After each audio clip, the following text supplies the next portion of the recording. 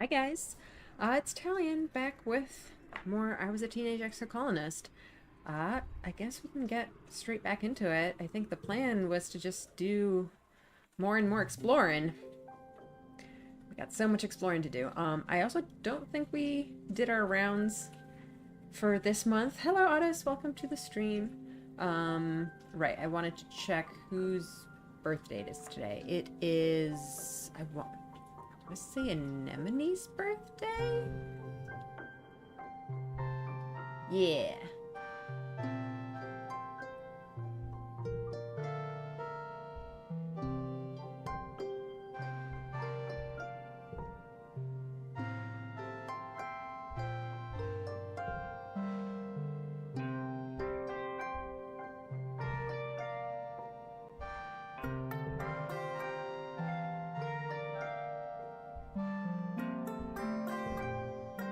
So it sounds like we have the back half of the year pretty much completely covered in birthdays.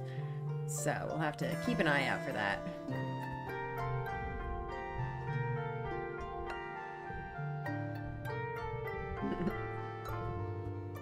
So easy to just get free points with Rex.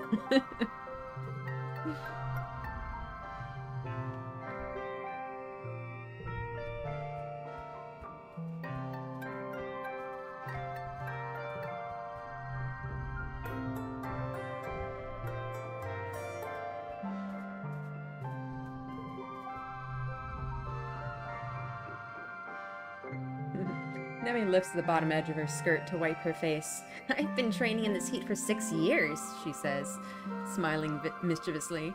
I've got the home advantage. Alright, she likes egg.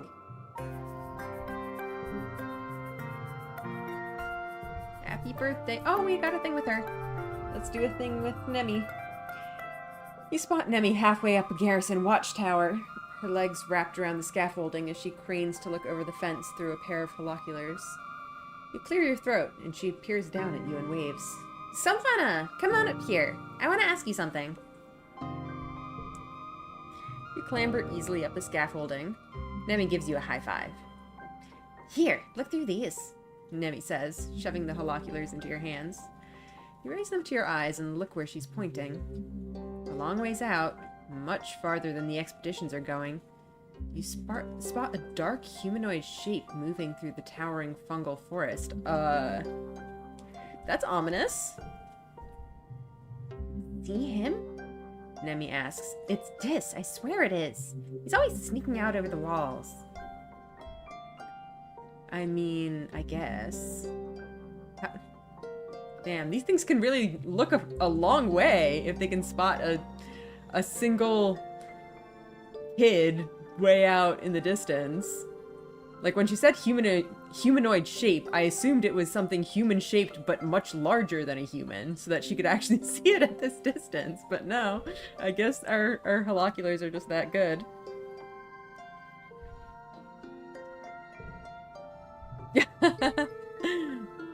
Nemi stares at you. So what? She repeats aghast. He's gonna get in trouble. Only if you tell on him. I mean, look, he's been sneaking out since goodness knows when, and at this point we're like allowed to go outside. I guess we're just like supposed to go with the expeditions and not just on our own. The Oculars have almost as much perception as Solana. I know, right? What a concept. Well, yeah, Nemi sputters, but someone should. We've been sneaking out almost as long, too. That's so true. The adults say we're not supposed to go outside the colony unless it's on an expedition, Nemi says, taking the holoculars back and looping them around her neck. And Dis just goes wherever he wants. What if he gets hurt? What if he dies? She wrinkles her nose. What if he picks up a weird alien disease and comes back with 3 heads? Nemi scratches her cheek, where acne's made her skin dry and sore-looking. Ow, she mutters as bits flake off. I just don't know what to do about it, she says. What do you think?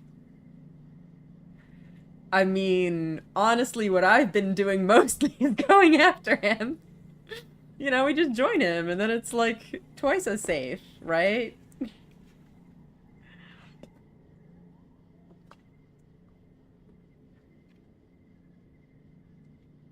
I wonder if the genetic enhancement forced on him that removes his ability to feel fear has any impact on Diz's risk-taking behavior. What an excellent question, Luke.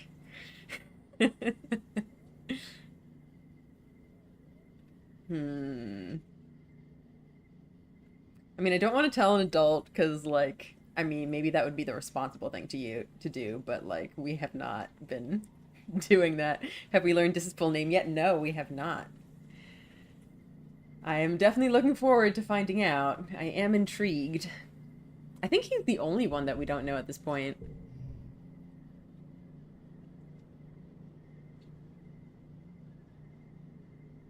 Do we know Rex is actually?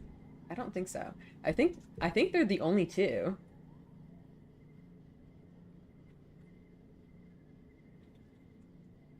Yeah, our thingy is almost filled out. Look at that. We just have one more person left. Oh, even the little nougat is on here. I guess it's literally everyone that has a face portrait.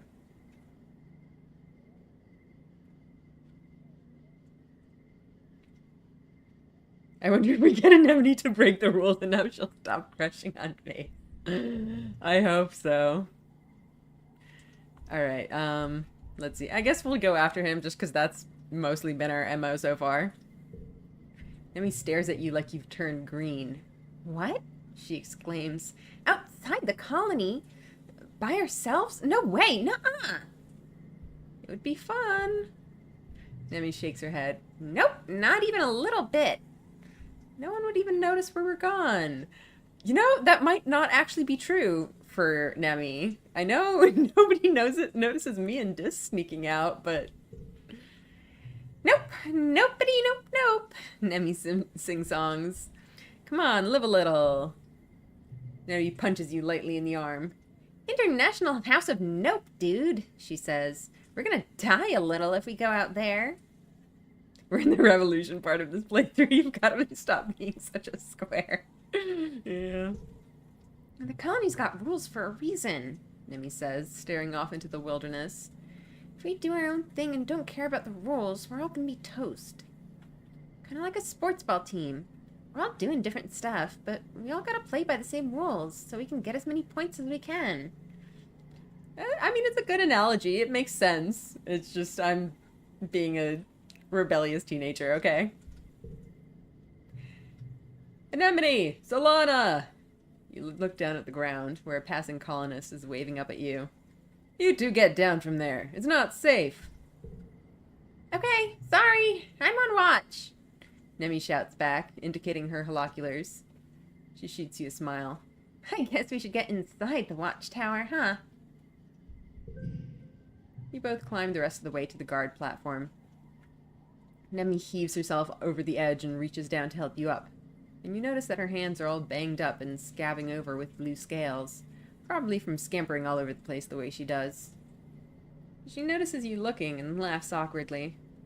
She runs her hand through her fluffy hair. Maybe if I get beat up enough, I'll have so many scales I won't have no more acne, she jokes. Aw. Now we got an upgrade to this. Cards under 3 become 3. That's pretty nice. You've learned a valuable lesson on this day. Sports are inherently authoritarian. The downside of the loyalty trait, yeah.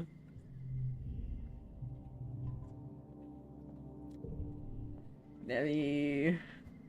Don't go to the dark side, Nemi.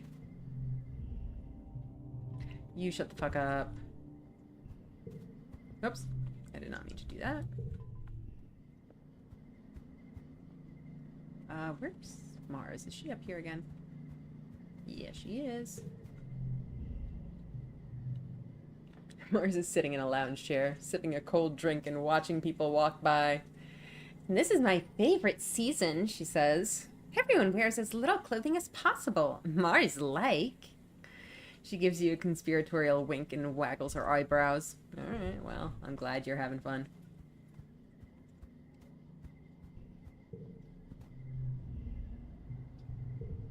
Where's Dad? Oh, there he is. Your dad doesn't have much time to chat, but he waves hello. Hi, Dad. I still have not gotten over when we, like, grabbed a collectible from outside the wall. That was hilarious. Oh, boy. We talked to Nomi, right? I think they were outside where they usually are. Alright, well. Long hand, yep. I guess it's time for more exploring.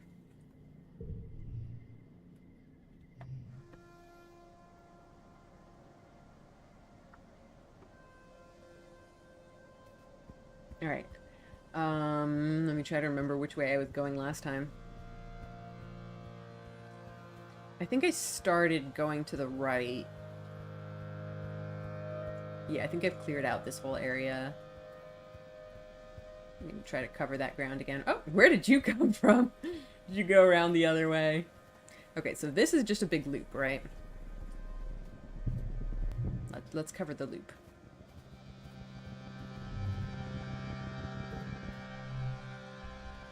The sun goes behind a cloud, and you feel a light splattering of rain. It sizzles into the dry, hot ground around you, providing a little relief from the heat of the day. Then you realize you don't see a single cloud in the sky ahead of you. It almost never rains in the western resting ridges. The plants here rely on nighttime dew for moisture. I kind of just want to look up. We gotta use our perception. A herd of float cows are bobbing overhead like hot air balloons, drifting west in the prevailing winds. You've seen these creatures being milked in the colony's farms. Did they drip milk on me, or... Oh god. I think they used urine, actually. We got peed on by cows. During migration season, their helium sacs swell to make them lighter than air so they can safely travel great distances. You've also heard what they used for ballast. That wasn't rain at all. It was float cow piss. You try to dodge another shower, but it splatters down on you, soaking your head and shoulders. Aw, gross. At least the heat makes it evaporate quickly. Oh no. Welp. Okay, I think we did the loop. Let's go off exploring to that side.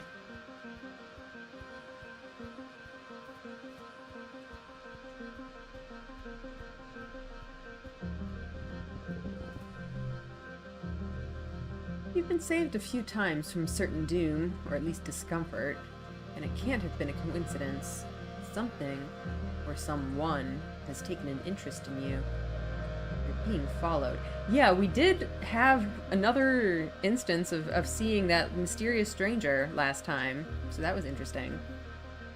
You're beginning to get a feel for this place and its dangers, so the next time you hear the mournful hoot of a passing air squid, you head towards it instead of away. Keep an eye out for anyone watching you from the cliffs. There! Just as you think you're going to have to grab its tentacles and fly it like a kite to get your savior to show up, you see a shadowy humanoid figure appear over a nearby ridge. You make eye contact and both freeze. His almond-shaped eyes widen in his not-quite-human face, and he slips out of sight again. Is this an alien? Do we have a real alien? But I feel like that's that's quite a jump. That's just, like, interesting to describe someone's face as not quite human. Like, what does that mean? Is our mystery last NPC slot? Maybe. Perception 10 or greater. Psh. Rather than rush after him, you use your tracking skills to carefully follow his path and sneak up on him. You pounce like a manticore and the two of you tumble to the ground. You pin his arms. We're actually gonna get to meet this person? What? I thought for sure this was gonna be stretched out forever. Oh, hi. That's quite the position we've ended up in, huh? You get a good look at his face for the first time. The long, delicate features, the odd tone of his skin, almost purple, and his glittering, alien eyes. Before he can answer your questions, you jump off him and back away. What is he? No, damn, that is a portrait. I know, right? Also, I don't think he looks that alien. Like, what is Solana talking about? I mean, okay, he does have very elongated features. Oh, we got a glimpse of a name for a second. That looks like a many generations shimmerfied human colonist. That is an interesting idea. He brushes the dirt from his clothes and stands up tall. Very tall. You have to take another step back to get a good look at him. You catch a glimpse of a pale purple wrist under his tattered black sleeves. Delicate, like bird bones. I am a gardener, he purrs, and you're trespassing on my planet. Now that you can see all of him, you confirm he's definitely not human. Besides the purple tint to his skin, he's also just constructed differently. Human, but not. And taken as a whole, these little discrepancies add up to something that is decidedly alien. You're an alien! Just lead with that right out the gate. He laughs, a light and infectious chuckle that sounds more animal than human. It goes on for a bit too long. You think he might be poking fun at you. Actually, you're the alien here, if you think about it. You do think about it. He's right. It's true. He jumps up onto a large rock and crouches, eyeing you thoughtfully.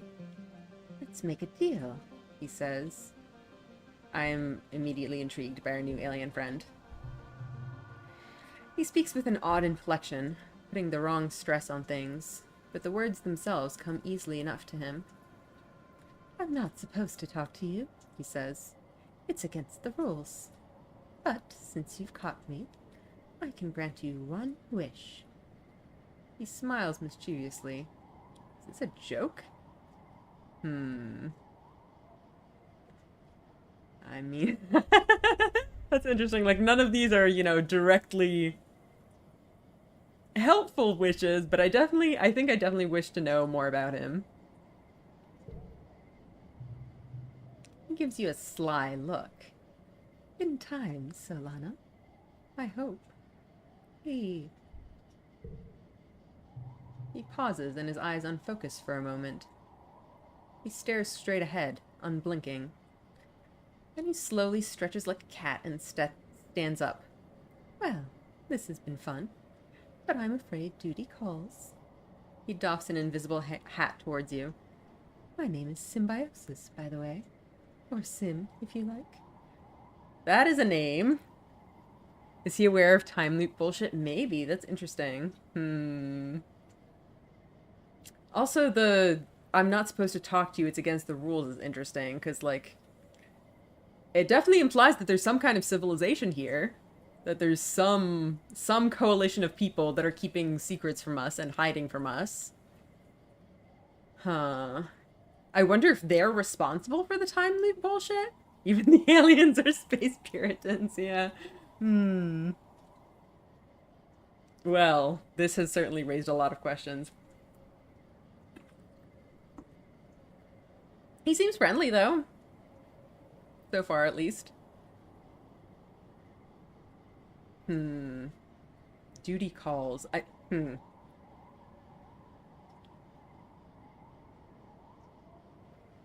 Is this like some sort of psychic thing? Like, did he receive some sort of transmission?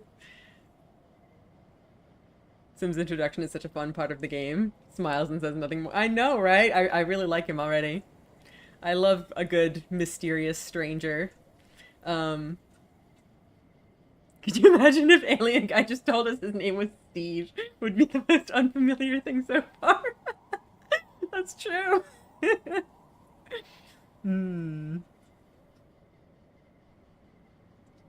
Very intrigued. He jumps behind the rock and disappears. Literally, he disappeared. You search all around and can find no trace of where he might have gone or how. I wonder if that's similar to, like, the Mirage thing we saw earlier. That it seemed like it was, looking into some future alternate dimension or something or other. Solana. What's Steve short for? Steven? Solana. What? Yeah, that would be very funny. Stars, you just met an alien! That was incredible. Holy shit. We met an alien.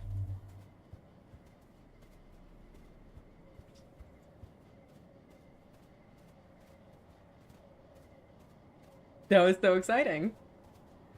We have an alien friend. Well, we're not exactly friends yet, but he seemed friendly. Probably, I hope. I forget if this was also a loop. A precarious natural land bridge drops down sharply on both sides here. You kick a rock over the side, but don't hear it hit the bottom. Cross the bridge very carefully. Let's do it. Our perception keeps coming in clutch. Depends what our friendship score is, I guess. Well, I imagine right now it's nothing, but hopefully we can be friends eventually. You shuffle across it slowly, examining the cracks and sticking to the solid places. You accidentally send a few more pebbles skittering over the edge and think, better them than me. Ooh, that's nice. That's a good one.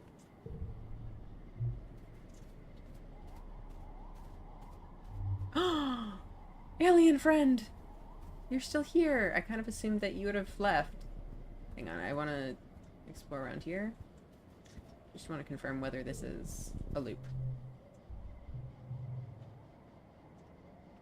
You're trudging along when suddenly you're buffeted by a hot wind. No, like a very hot wind. Lethally hot. The ridges are already baking, but all of a sudden it feels like you're trapped in a nuclear reactor. Your skin dries out and your lips begin to crack.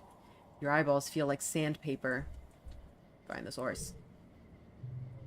You take careful readings from a distance, triangulate them, and discover the source of the wind.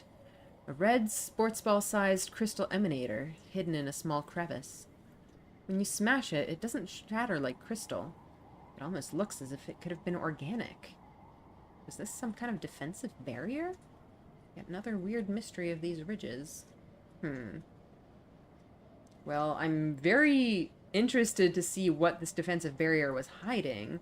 But at the same time, like, you know, knowing there are other people here, they probably would not be happy for us, like, shattering their barriers and just barreling through and taking all their whatever stuff.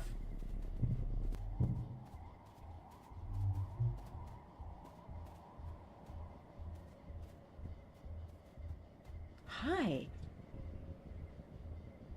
New friend, hi. You're walking up a trail when you're caught by surprise. It's Sim, and he's running?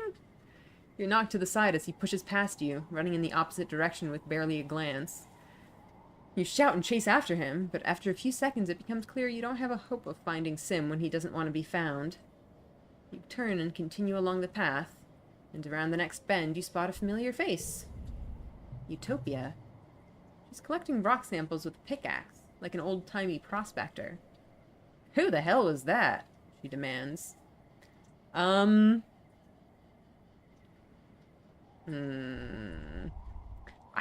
kind of don't want to tell people about him. Like, it doesn't seem like he wants to be found. Although, to be honest, if I said this, I feel like she would just think I was messing with her.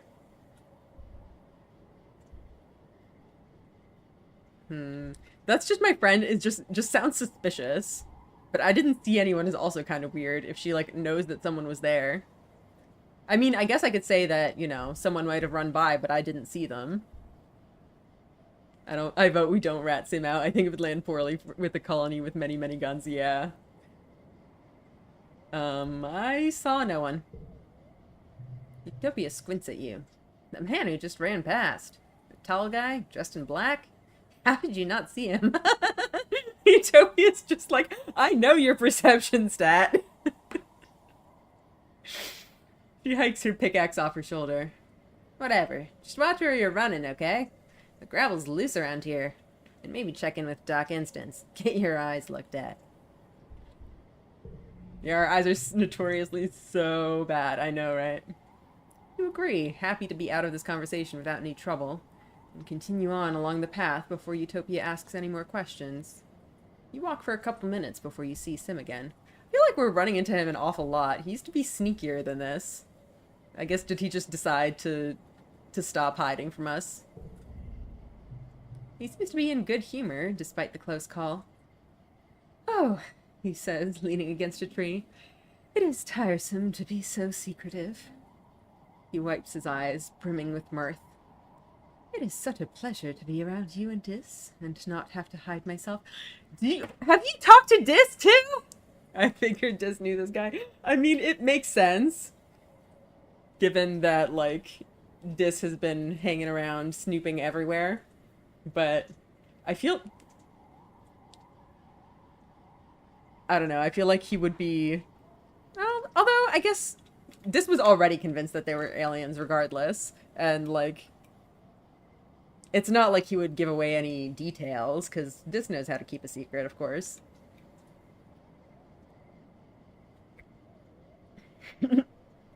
Also, Diz continues to be shockingly or not so shockingly popular with the weirdo contingent.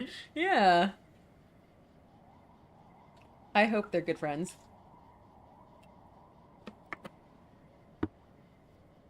He sobers quickly. I do appreciate your discretion, he says.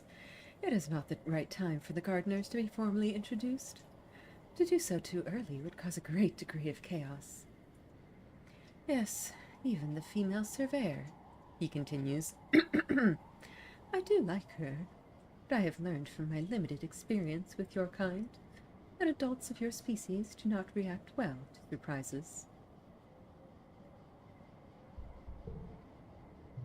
It is good you are here, though, Sim continues, as I do need something from you.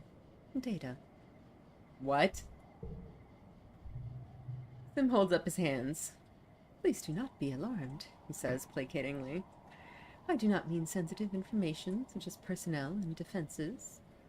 I mean only the contents of your digital cultural archive.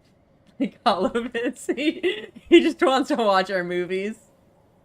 The Strato Colony just his entire life. Dis, you're such a weirdo. You have to stop being antisocial. Oddball, non-combatants, and aliens. OMG, Dis, you're like the coolest person ever. Yeah, I mean, it makes sense. He needs to know the memes, yeah. Sim smiles. Yes, exactly. Your holographic recordings of movies, music, books, cultural artifacts only, I promise. Why? Well, Sim says, isn't it obvious? Actually, I just noticed our friendship with him is actually really high. Where is he? Huh. We're at friendship 20. We, like, just met him and we're at friendship 20. We have higher friendship with him than Nomi. Show him Cocomelon and see what happens. He wants to go where the people are, yeah.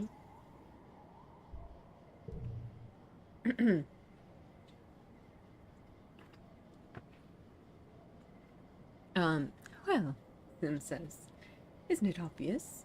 I wish to know more about your kind. I wish to learn how to... He struggles for the right phrasing.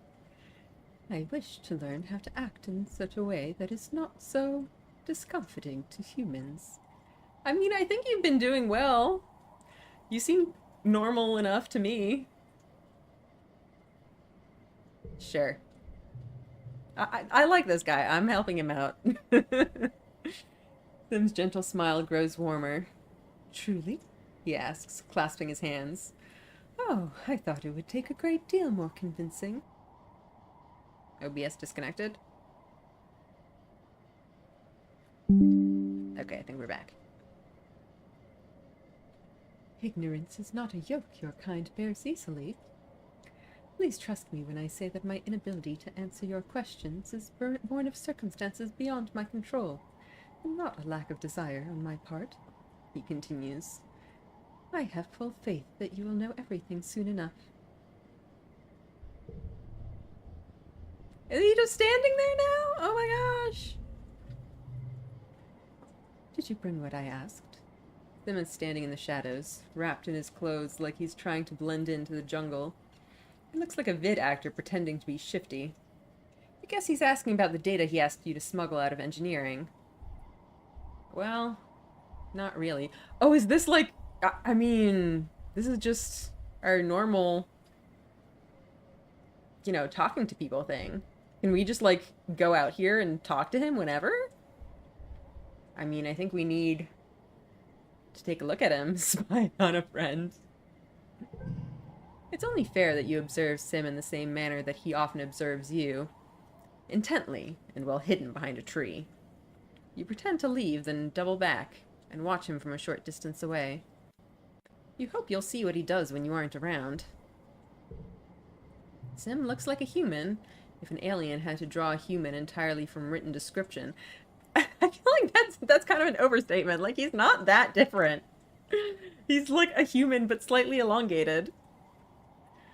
Too tall, too long, his eyes too black. They're not, though. I feel like that doesn't match the portrait. His whole posture too weirdly attentive. His hair is the most interesting part. So perfectly kept for someone who seems to live in the wilderness. And sometimes you swear it moves in ways hair shouldn't. Like the first time you saw a time-lapse video of a flower turning toward the sun. Yeah, you can see that his hair is like weird shaped. It's like kind of goopy.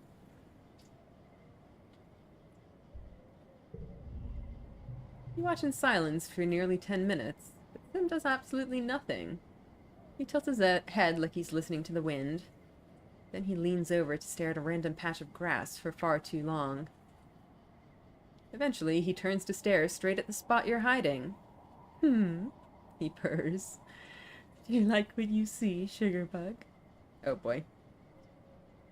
Theory: Sim was created intentionally by the planet to befriend / infiltrate the humans. That's why he looks close but not quite, and why he needs to become like humans aerial style. That's a good theory. That's really interesting. It could be.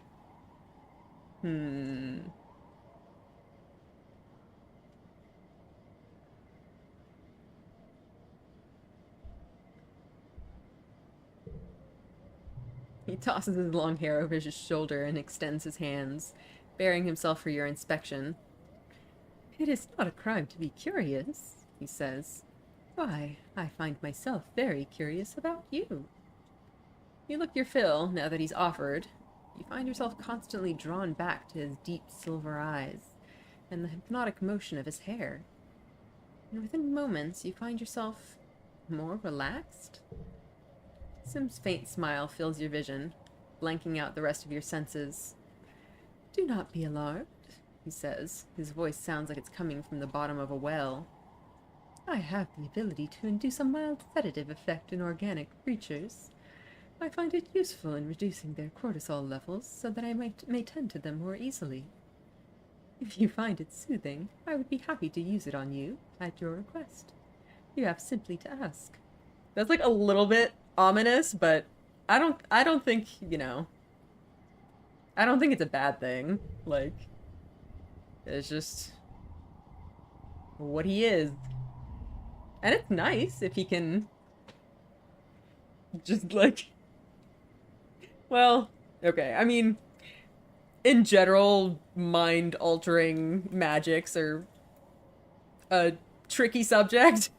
Like, I don't necessarily want to be sedated, but, if he's offering to relieve your stress when you're feeling stressed, then, like, that's nice of him. Take an even closer look. Oh, boy. So this is this just standard gift giving? Does he have a birthday? Does he have an age? Yeah, we don't know either. If it was on someone slightly more malicious, I'd be quite concerned. Only a little concerned with Sim. Yeah, so... Man, I don't want to, like, spoil stuff about Amaranthus, but... if you've been around the channel, I love talking about Amaranthus. And, there's a character I really like there who Sim reminds me of a little bit, in that they're both, mysterious outsiders. And the character in Amaranthus also has, like, abilities that would be potentially concerning on other people. But because I trust him, I'm, like, okay with it, So, We'll see how this guy turns out. He's called a gardener, which could make him Vertumna's version of biponics or whatever we call it. Yeah, like it seems like his job is to just like tend to the planet. Like he's literally a gardener. Although in this case, it seems like a lot of the technology and stuff is also biological. So, like, yeah, tending to the plants and organisms here basically just seems to, you know, not only be an ecological thing, but also just run their whatever stuff. A lot of the plants are also animals. Yeah, exactly. And like everything here seems very interconnected. There's plants that are animals, there's living rocks that are also devices of some kind. Interesting stuff.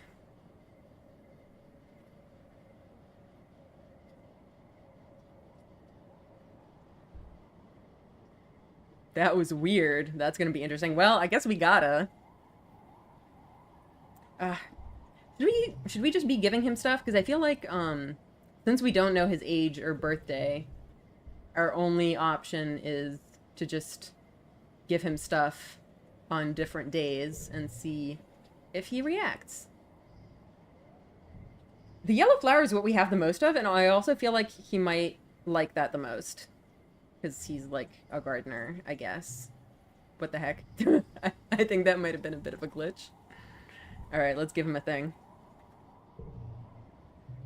Sim examines your gift in great detail and asks various questions about where and when you found it. He hums to himself as he turns it over in his hands, a broad smile on his face. Remarkable, Solana. Just remarkable, he says as he hands it back to you. You truly are the most thoughtful of gift givers. I have enjoyed your present to the fullest. You try to explain that he can keep it, but he just smiles again and shakes his head. Did he not take the flower? Huh.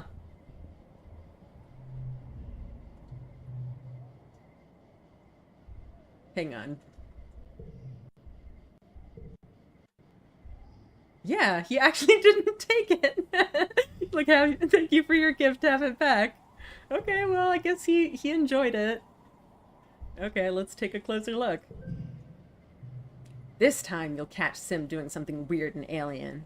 You send a survey drone to follow him, and watch through your hollow palm as he heads into the forest. He comes to a still pond and crouches by it, staring intently into the water. Then, with a flick of his wrist, he snatches an eel from the depths and bites its head clean off. I kind of wonder if he did that on purpose because he knew we were following him. And he was just like, what would Solana find interesting? Then he looks up at the drone and gives you a jaunty wave, as if he knew it was there all along.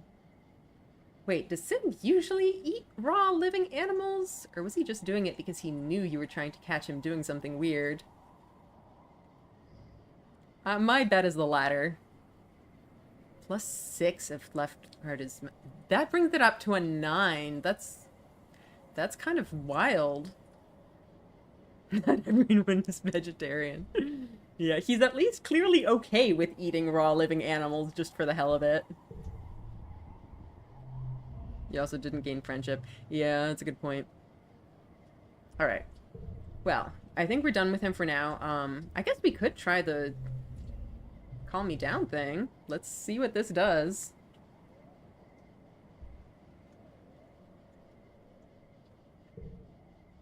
Of course, Sim murmurs, stepping into your space. His cool hands alight on your cheeks, tilting your head to look in his eyes. Within moments, you feel the burdens of your day lift off your shoulders, like a balloon floating away into the sky. Sim is like, you think you can buy my friendship. Yeah. Your consciousness reasserts itself sometime later, and you find yourself held in Sim's long arms. You blink away the brain fog and pull yourself together, thanking him for the experience. Only -5. I guess it's something. Okay, no, it is appreciated. Thank you, Sim. We could have avoided the entire faceless attack. No, it's not his fault. Sim smiles. It was my pleasure, Solana. And stay safe out there. Granted, Sim might have been involved in the faceless attack, so yeah, we don't know. We don't know. Okay. Well, we're done with you for now. But we shall be back.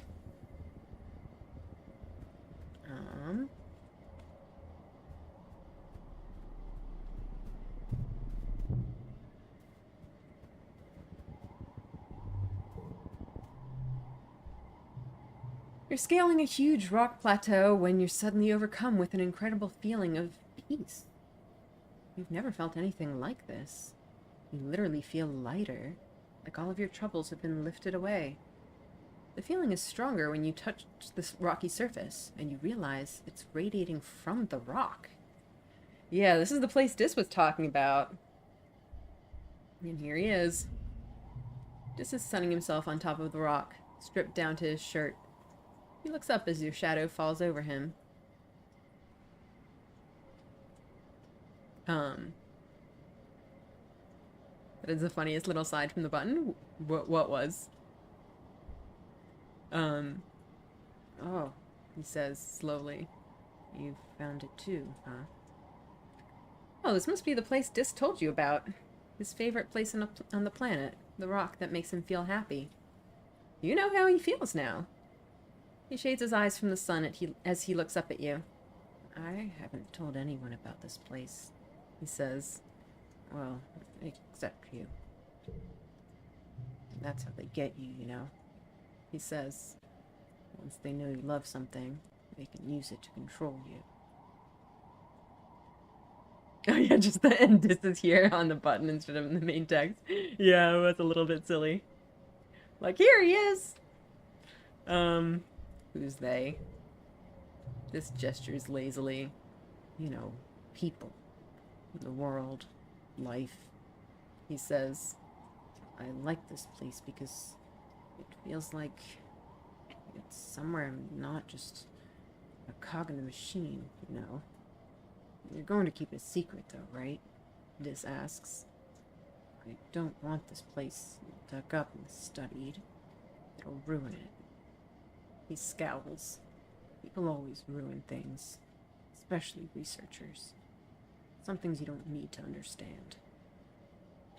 Yeah, we'll definitely keep it a secret. But also, can we talk about our friend? Now that I know you know about him too?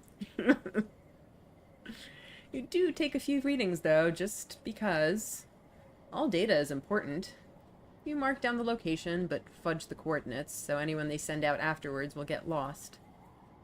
You wonder if the rock is natural. Animals seem to really like it. As you're taking readings, you watch a swarm of Dorbs moth basking on the rock as well. Just like this. Oh, nice. Look at all that stress. Just magically flying away. Then you lie down on the rock beside Dis, letting the strange magic fill you with an incredible sense of peace, love, and unity with the universe. Okay.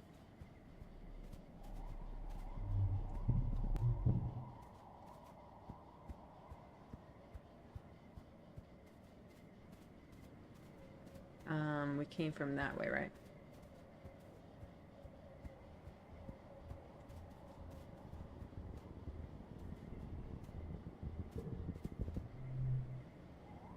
You come across a particularly flat area, a large field of obsidian. Well, obsidian is the only word you have for it, but you've never seen obsidian this bright. It's like a rainbow's trapped underneath its glossy black surface. Like the entire ground here is polished black opal. Wow, Sim, your superpower is kind of useless next to rock. Yep. The field glints under the sun at certain angles, momentarily blinding you. It looks slippery and shiny. I kind of really want to skate through it. Carefully walk around the edges seems kind of fun too. Let's skate. That sounds fun.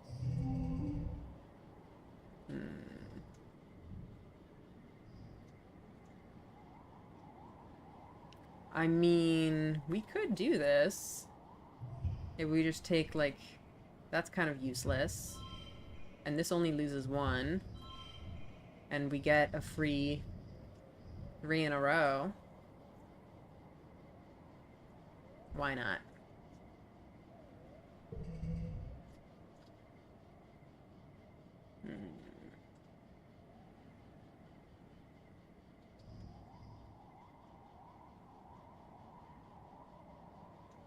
Do they mean wild in number or color or both?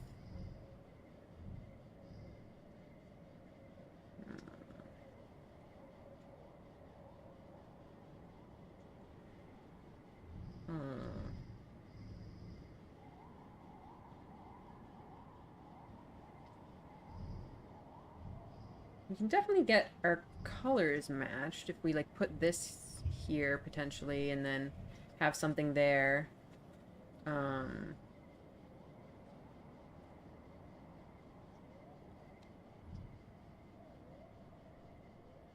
If it doesn't specify value, then it means color. Okay, makes sense. I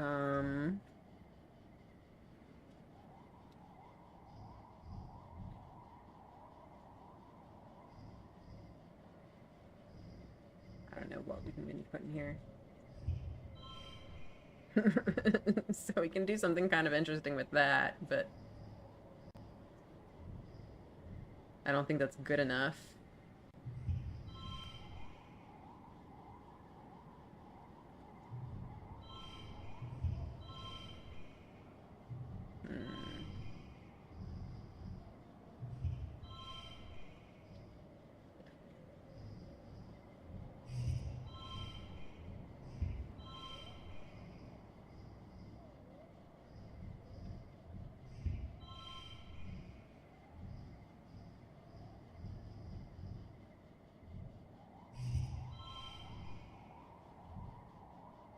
Wouldn't it be better to put Nomi's on the far left and everything is either wild or yellow?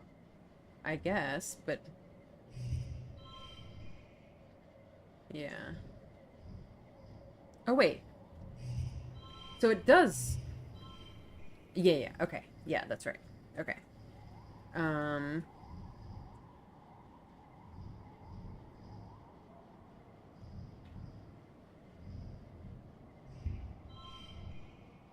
Okay. I think that's pretty good. We do need to get 33 next turn, which can be tricky, but we'll see what we can do. Okay, so that goes well with that. And we want to put that on one side of this.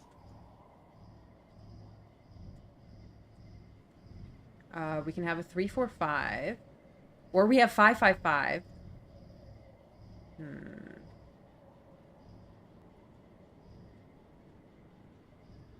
And we get a +1 here. Worst case, you have a lot of collectibles. That is very true. Actually, the one we have the most of is the yellow flower, which changes things to yellow, which would be very good for this. Let's see.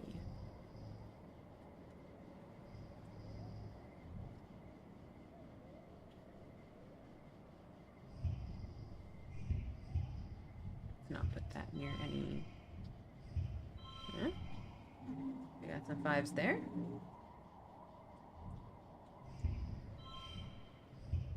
Huh?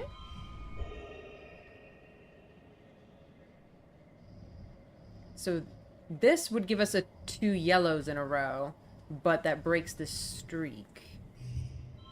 Yeah, so that's not enough. We need the 5s. Okay. Well. Yeah. I think that shall do.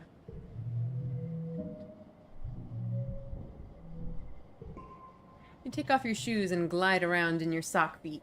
You take a tumble and get a little bruised. I love our stress reduction from the hop eye. But you have a blast! Woo! Oh my god! That's so funny! Oh, we get so much stress reduction. I want to do some science. You find a patch that's a little different. Take some readings.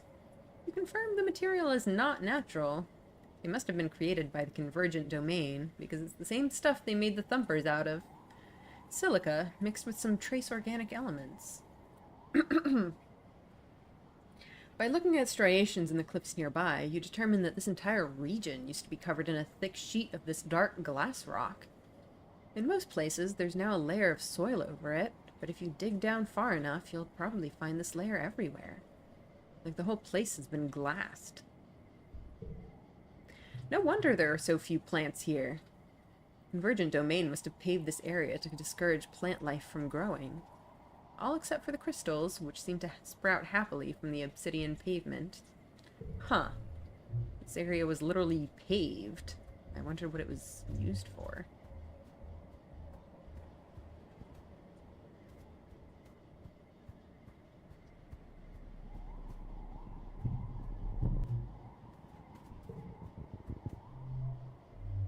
A beautiful little locust lands on your arm.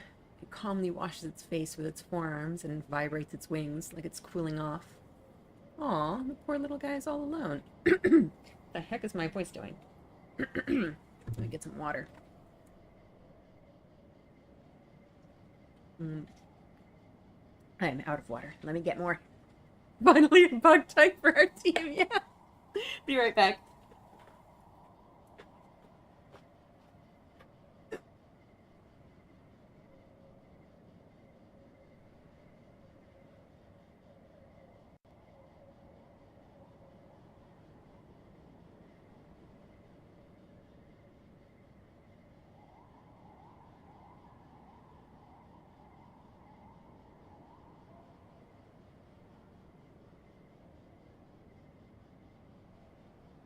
Alright, here I am. Okay. Befriend it! Okay, we get a red card.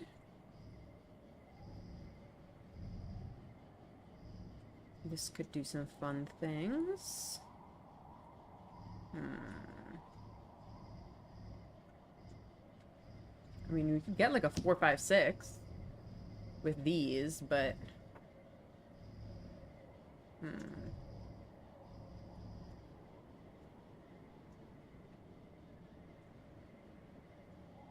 It does seem a little bit of a waste of the lot, but... Oh my god, that's a 31 on the first round!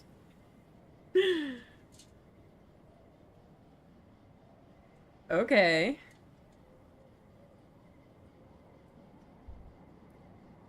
Okay, we can do that.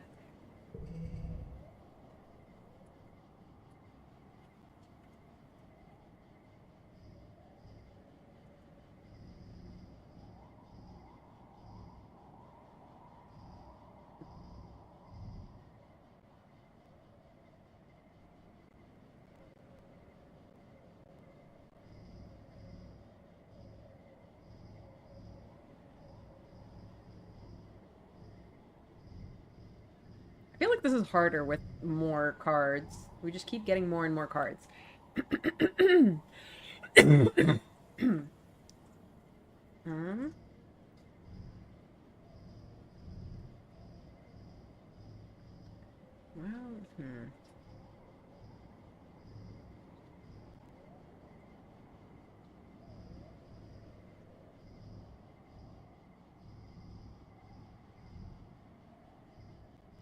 Well, we've got a gem combo over here. So I kind of want to save that for the last turn. It gets easier to win, but harder to figure out your best choice when there's so many options. Yeah, exactly. Okay, let's save these. So we take like one of these. A wild value there.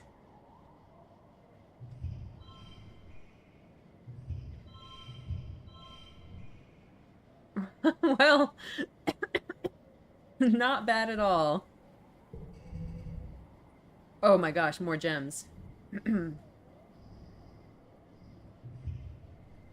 What have we got for gem combos?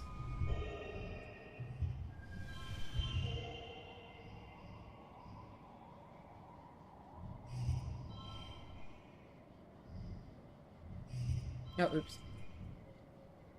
Mm. Well, it's good enough.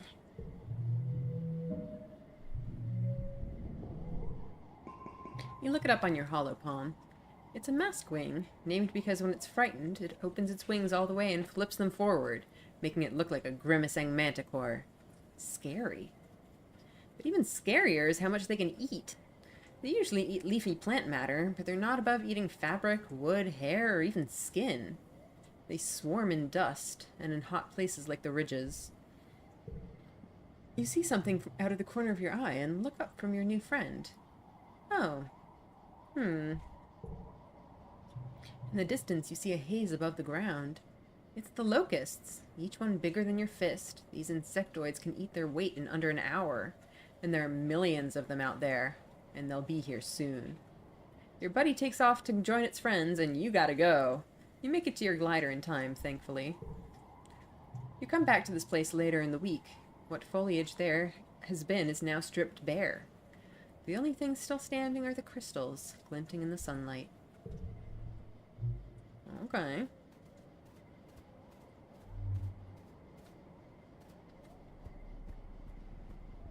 Oh boy. There's so many places to go here. And there's the Utopia. Utopia has sent a team of geologists to get a closer look at this region's weird terrain. You come across them working, and Utopia beckons you over. Solana, she says, drawing everyone's attention to you.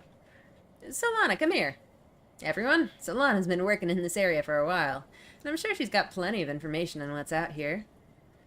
The geologists politely turn towards you and listen. Here's what we've got so far, Utopia says, speaking directly to you. Judging from how the layers of sedimentation are broken up, this place used to be pretty flat, for there must have been a ton of earthquake activity, ripping up the land and bringing up these huge ridges. We can date the quakes around the time a lot of these ruins were created, she adds. And we're looking, but we haven't seen anything built after them. Like that was it for the old convergent domain. Interesting. I wonder if the quakes were caused by the people, like if it was like a man-made disaster. Huh.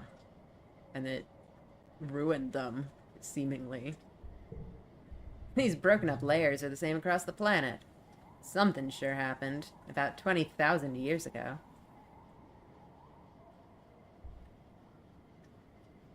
Alright, let's share our findings. Explain that below the sands, there's a thick layer of the dark silica crystal obsidian stuff the convergent domain used. I wonder if there's more stuff I could have found that would have given me even more. Actually, I also wonder if we'll be able to see her again and present more findings. Probably. Right. Utopia nods.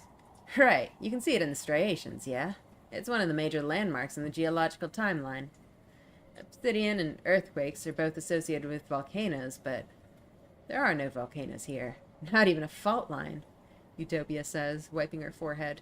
It's just not natural. It's a generic event, so it's repeatable. Okay, makes sense. The crystals soak up energy from the sun and transfer it underground. What if that energy was unleashed suddenly? Utopia watches, bemused, as the geologists crunch numbers. It would have been an enormous amount of energy, but if this entire region was one big solar battery, that kind of energy, the energy of 2 suns, could definitely cause earthquakes of the magnitude that could rip apart the land.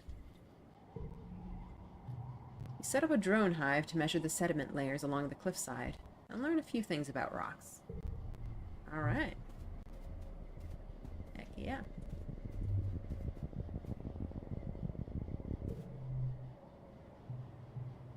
And the path ahead is blocked by a field of snaking vines and brambles.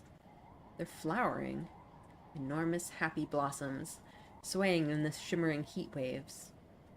You could push through them, but your holopalm beeps a warning. A radiation warning. These flowers seem to be highly radioactive. Far too radioactive for the mild shielding your suit provides. You might be able to pass through, if you don't mind feeling the effects of radiation sickness until you can detox at a med bed. Well, if it doesn't kill you outright. Radiation is unpredictable. I mean, it is very tempting to push through, but there's so much that I still want to see here. I feel like that might screw up my exploration, so I do want to take a sample. You snag a sample you can study later in geoponics. Oh, but I can also try to push through. Oh boy. I feel like this might be like the fungus hole event, where it just like fucks you up. I don't know. Oh, I'm so tempted though. I gotta try. I gotta try. We gotta see what happens. I imagine getting severe radiation sickness would be very stressful. I would imagine so. I mean, we have made quite a lot of progress. And, what's it? We do need to come back here anyway to get Sim his animes. Hmm.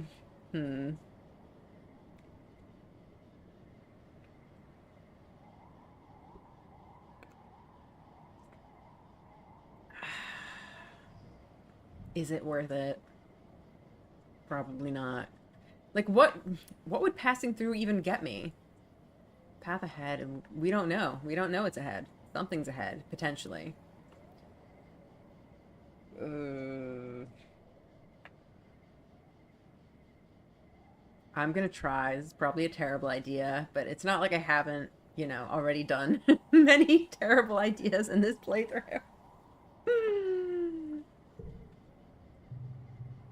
An hour later, you realize your mistake as the radiation illness sets in. Yuck. You'll be sick for days after this, and will need radiation treatment when you return. Hey, it was only minus 17 stress. Physical skill increases reduced by 1. Look at my physical skills, though. I don't need physical skill increases. Not that we really get toughness or combat from this exploration anyway. I think we're totally fine. 99 though. Oof. I think we can maybe do one more.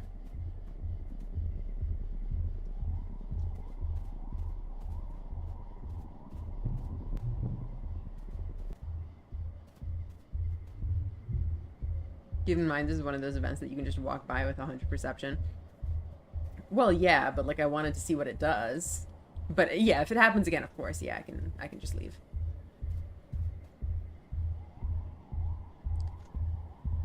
Well, let's see what it's got. Utopia's given you clearance to poke around the ruins in the secret valley. Stars, this place is neat. Just thinks so too. That's why I didn't say anything, so you can find such things out on your own. Yeah, makes sense. At least we didn't have to climb back down again, he mutters, but you can tell he's excited.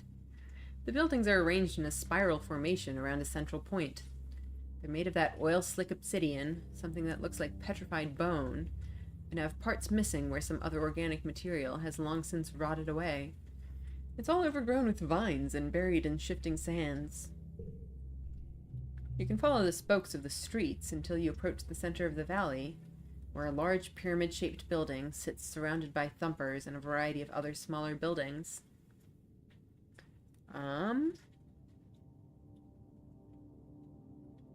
Let's start by taking a look at the thumpers.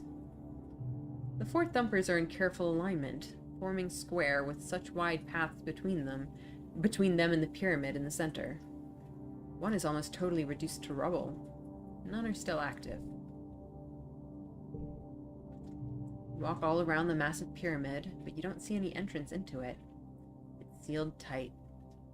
It vibrates with significance and looms hugely in your dream memories. You feel faint just being close to it, but Dis doesn't seem to feel anything. When he insists you give up and investigate something else, you don't complain. Smaller, more deteriorated pyramid buildings dot around the valley, purposes unknown. There are also dozens of little obelisks, a couple meters wide with a circular design on one side. You approach a random one of these on the edge of the valley. You lean on one of the round designs and the iris dilates open, sections grinding back like the world's rustiest automated door. Now you're looking through a large round door into a small featureless room. Quite small, quite featureless, totally dark, very creepy. But you can hear a faint hum. It's still powered? Hell yeah!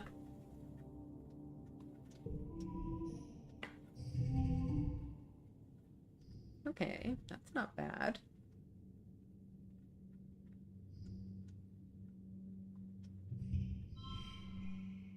We got a 4-4. Well, the wild card. That's so interesting. There's a thing for wild flushes. Kind of funny. Well, this doesn't really do anything with with the wild, but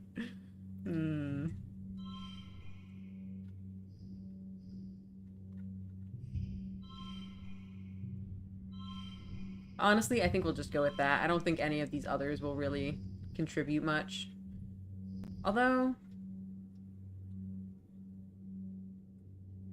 okay, let's do that for now. Oh, we have lots of 4s.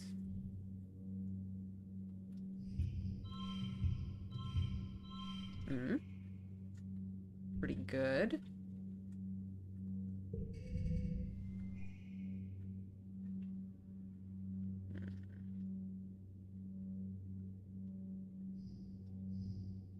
We have gems, we have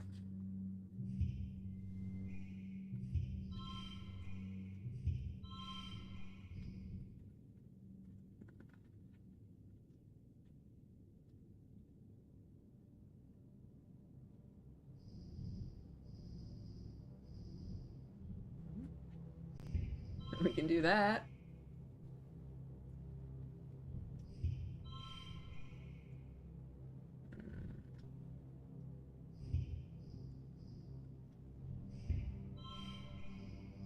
We have an 8 here. That's pretty helpful.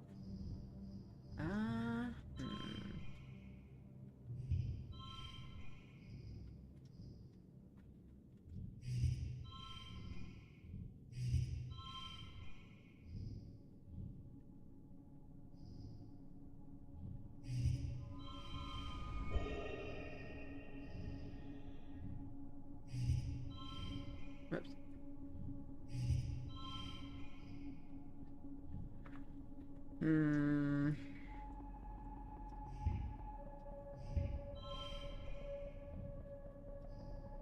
I mean, it gets us to the goal.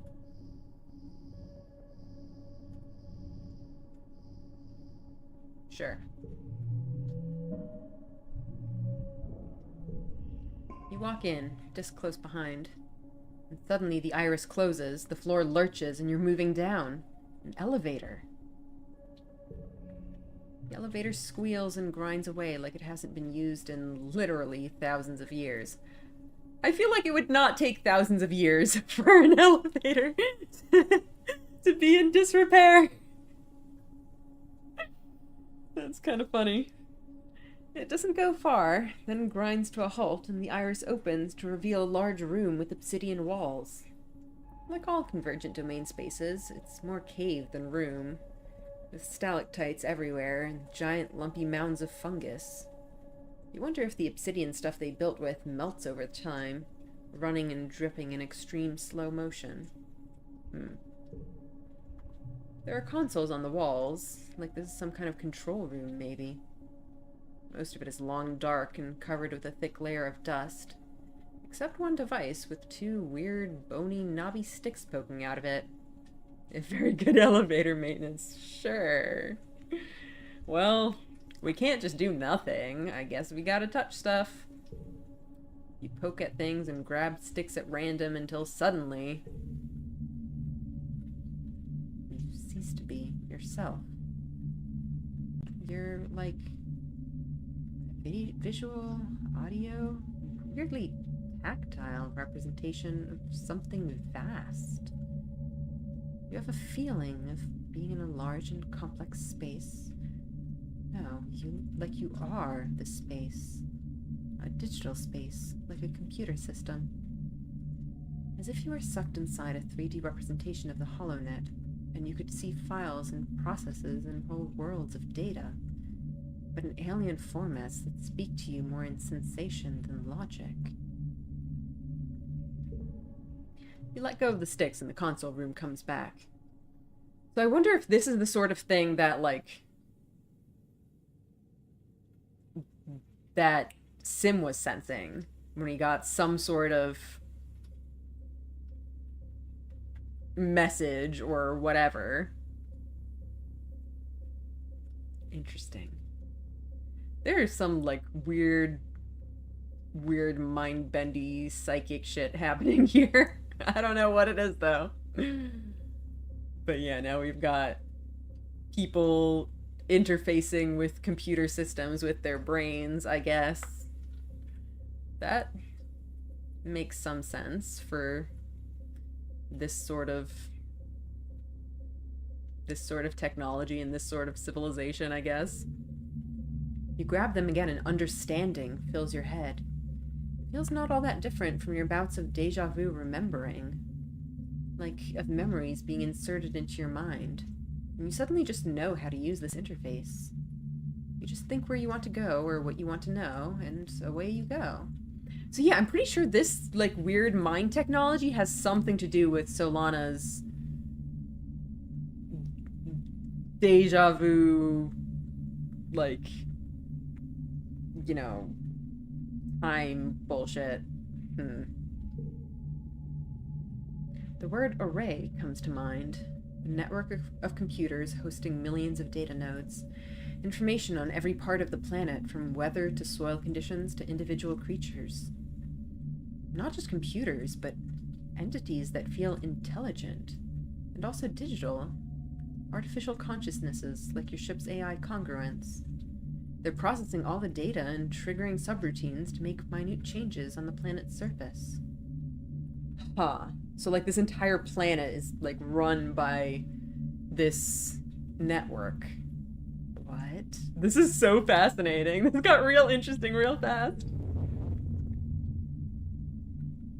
Then a booming voice enters your brain and obliterates all else, speaking more in abstract thought than words, but loud. What are you doing in Wormhole Observatory Array Console 5? You nosy little creature. Then an explosion in your head, and you're thrown backwards and out of the array. There must have also been an explosion in your hands, which are now singed. The console is blown out and dead. Wormhole Observatory. Okay, well that makes sense. You're shaken.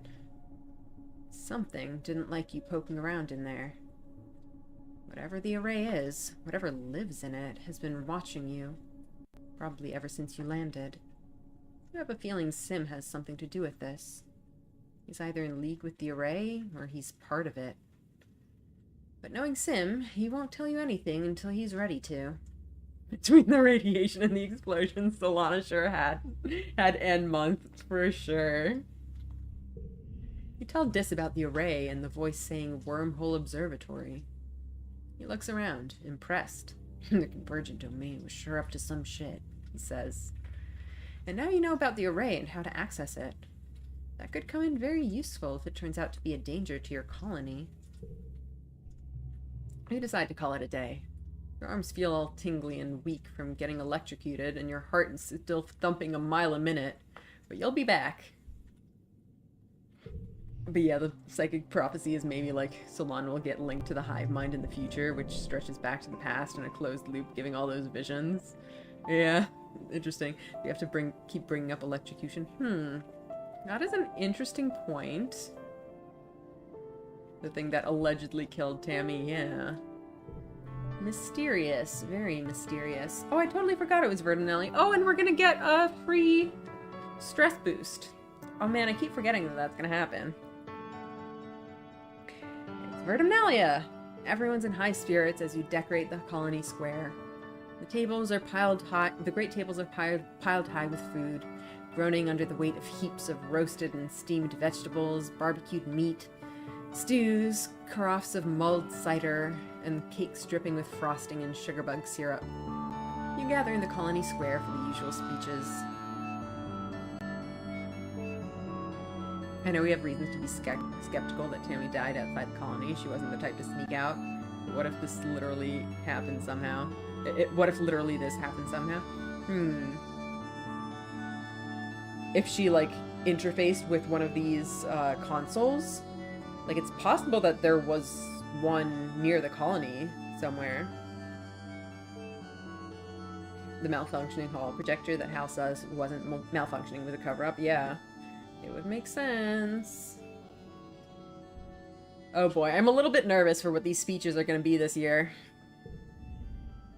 Lum takes the stage to fanfare and applause. "Hello, people of Vertumna!" he exclaims over the din. "Happy Vertumnalia!" He takes a big theatrical breath. "Do you smell that? That's the smell of victory. We humans have secured our hold on this planet, and now it's time to celebrate." Boo! Yep. Lum gestures to the sagging feast tables. "Eat, drink, and be merry!" The crowd cheers again. After the council members each give their annual reports, everyone starts clearing the square to set up for the Vertumnalia Games. You feel the pulse of a new holo message in your palm, and open it up to read, "You haven't even seen a real glow yet. Wait till the faceless shows up again." Yeah. "Happy Vertumnalia. There's a present for you on the table. XOXO, your secret admirer." Who the heck would this be? That is intriguing. You rush over to the feast table and spot a wrapped present among the roasted vegetables. Wow, you have a secret admirer? You unwrap your present. It's a data band. You snap it on your wrist and boot it up on your hollow palm. It's full of all your favorite songs, videos, shows, and games. A collection curated by someone who must really know you. Now you'll always have your media with you, even if the net goes down, including all your favorite episodes of The Rise and Fall of Sanctuary Moon. Nice! Murderbot reference? I have not read any Murderbot, unfortunately. Gift from a secret admirer, +2 to last card. Ooh, intriguing. You search the hollow palm for any hints as to who could have made it, but you can't find anything. Oh, that's Murderbot's favorite show. Interesting. You'll have to ask around, but later. The games are about to begin. I wonder if it could be Rex, because we know he's into, like, engineering stuff, so he could have made something like this. This feels less like a sim gift. Yeah, I don't think it's sim.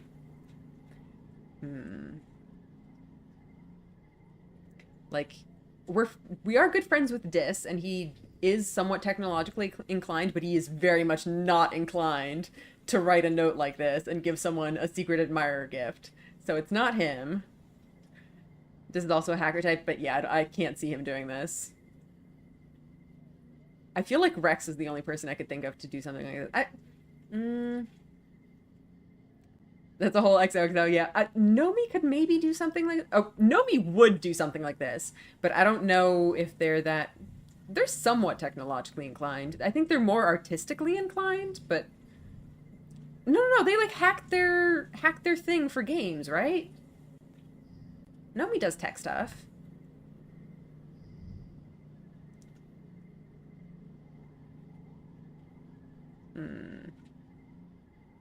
Nomi is probably my #1 suspect. Rex is probably #2.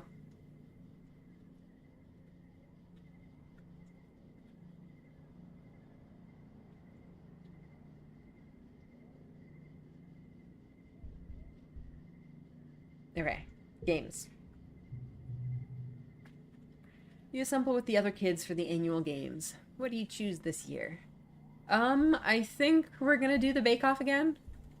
I don't want to participate in this Xeno wrangling. I mean, I am actually a little bit curious what it is, but I would kind of rather do the bake-off.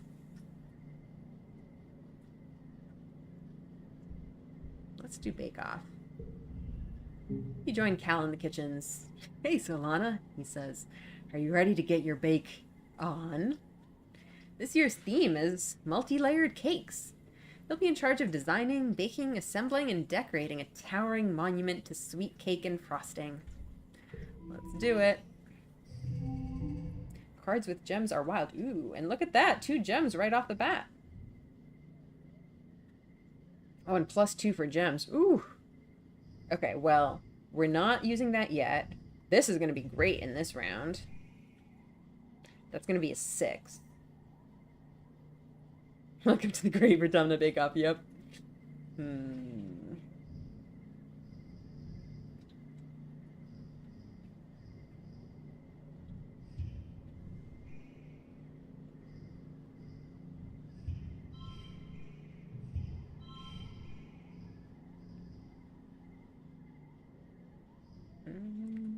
I think this might be the best we can do right now.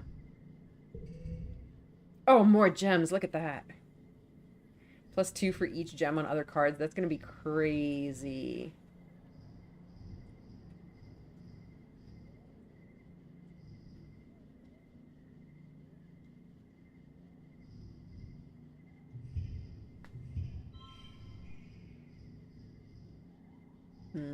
Honestly, I kind of want to save all of these, so I'm just gonna...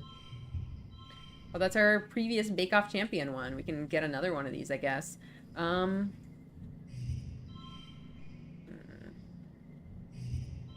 Yeah, I guess that's more valuable. Okay. Good enough, I think. Alright, let's see. We've got our gems. We've got these. Got a 10 and a 6. Oh boy.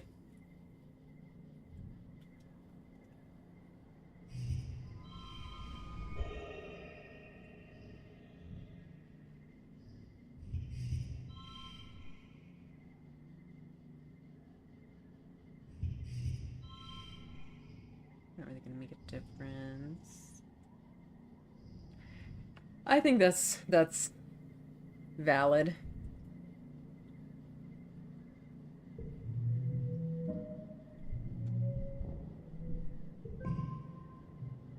Your cake is an architectural marvel. Easily in the running for best thing ever created on Vertumna, for sure. It's 4 tiers and decorated with delicate hand-sculpted floral details and piped frosting. It's delicious, too. The best part is eating it, of course.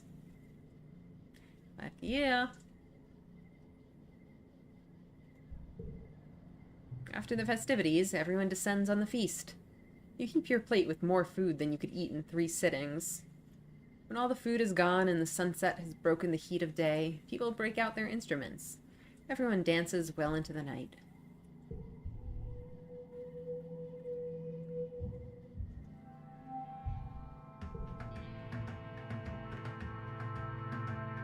Okay.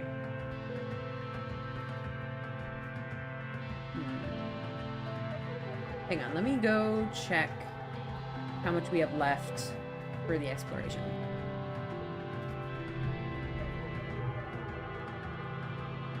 Oh, we can't even check. That's annoying. I know it technically doesn't matter, but it's kind of funny that all this is happening while Solana is severely injured from radiation. Yep. You find Dis loading some equipment into an expedition's vehicle. He nods at you as you approach before going back to his work. Someone gave you a data band. It might have been Dis. Oh, I see. So, I think everyone is, you excuse yourself. You can always ask again later, if you have the guts. I see. So everyone's gonna have a thing. Gotcha. They're all suspects. They're all suspect. Dad isn't a suspect, apparently. Hey, Thunberry, Dad greets you. Working hard or hardly working? Well, I'm injured.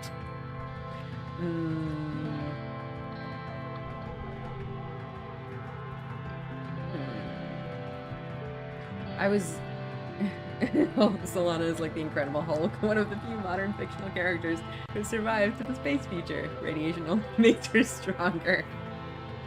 um, so I was going to rest today and then go out again next month, but we have our stress back up due to the festival. So, or actually, rather, I can't go out next time because I needed to go to... I'm not entirely sure where to get Sim's thing. I guess we need to, like, go to engineering. Anyway, what was I saying? Right, so I think this month I'll probably do engineering stuff and try to get Sim's data, and then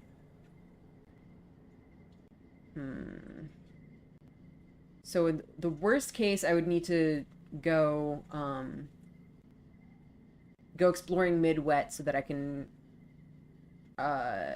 rest just before glow.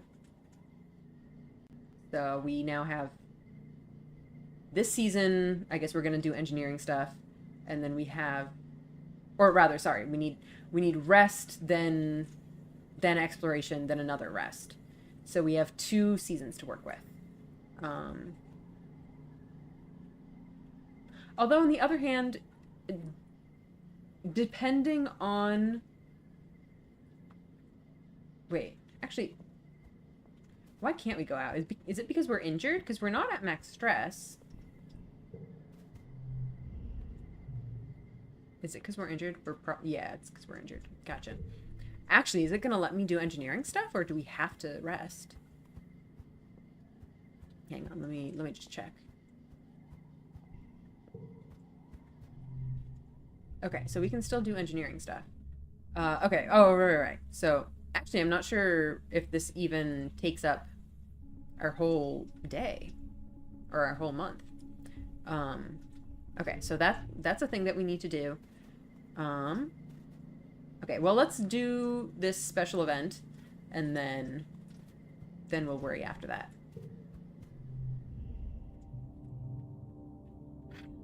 Can you imagine? It was Tangent who gave us the secret admirer gift.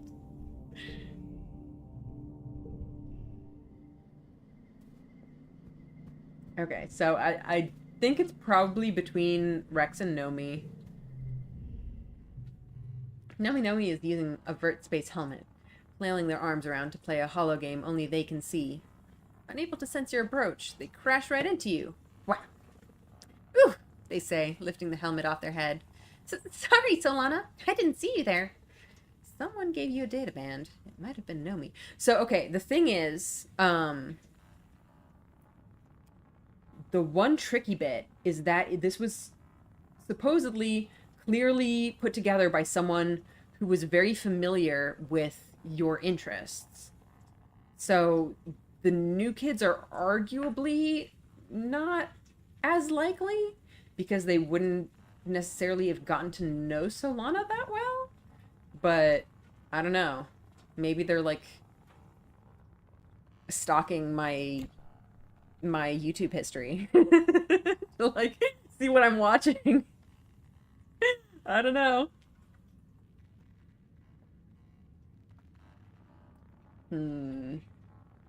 That is a little bit of a snag, I think.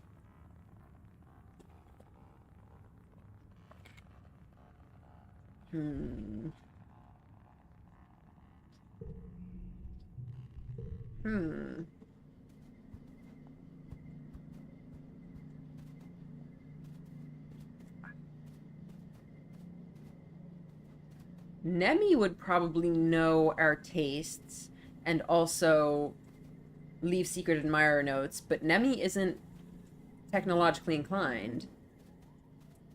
Oh my gosh. No one is really a perfect match for the profile. It was Vase, clearly. No, part of me wants to say it to him just because I think it would be really funny.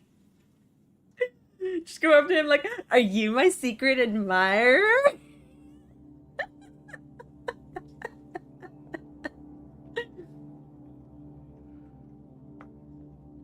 Mace is supervising a group of children doing push-ups. Keep those backs straight, he barks, though he looks proud of them. He sees you coming and jogs over to meet you. Hey, Solana. Getting some training in? Someone gave you a data band. It might have been Vase. That qualifies as a rage bait, I think. Look, I want to rage bait him so bad. I want to rage bait him so bad. I do want to see what everyone says. You catch Nemi between drills, leaning her elbows against the garrison fence. She takes a swig of her canteen, then pours it over herself to cool down. Hey, Solana, she says, shaking out her hair. What's going on? I don't think it was Nemi.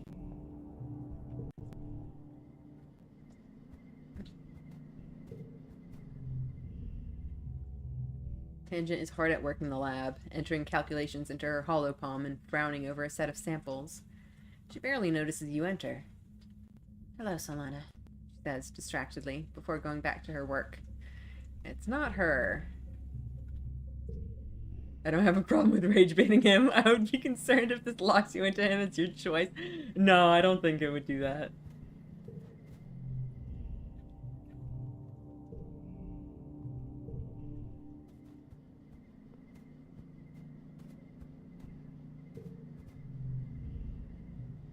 Rex is lounging in a hammock he's set up between two mushwood poles. Looks like he's snoozing, but his ears twitch and he opens one eye as you approach. You can't sneak up on me, Solana, he groans, stretching. People have tried. It could be Rex, but I don't know. I don't know if this event depends on your choice to decide retroactively who gave the bracelet or if there's a true answer. I feel like in this game there would be a true answer. That seems to be the way this game rolls. Mars is painting her nails outside command, her head bobbing along to something only she can hear through her hear speak. She shoots you a distracted smile when she sees you, gesturing to turn off her music. What's poppin', Solana? I don't think it was Mars. She doesn't seem like the type to do that.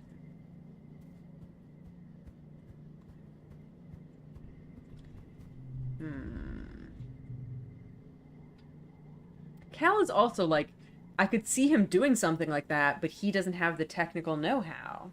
Although, I guess we don't really know. We don't really know, like, what's it?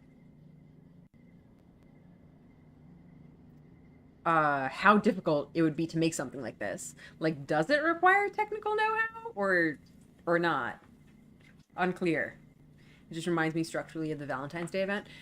Yeah, but like in the Valentine's Day event, it wasn't that like choices changed retroactively. Whoever did it could have gotten help. Yeah, that's also very true. Like the thing that happened in the Valentine's Day event was that because I didn't choose Anemone or Cal, they paired up with each other, and then nobody chose Mars. Like these were decisions that were actively being made at the time, not a decision that was made in the past that I was retroactively changing. You know what I mean?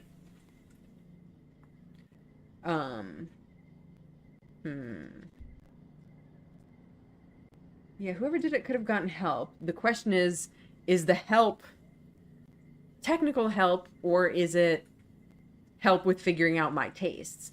I feel like technical help would be more likely because asking around about my tastes would give them away.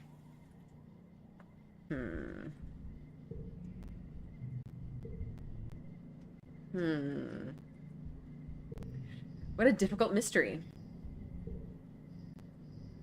Gift from a secret admirer.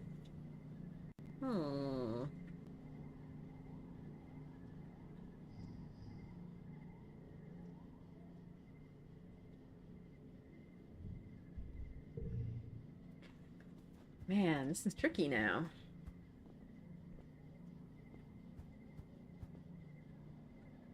I wonder if it also potentially depends on my friendship levels? Although, to be honest, I have pretty good friendship levels with most of these people. I mean, everyone except Mars. Well, I guess the new people I don't really have much friendship with.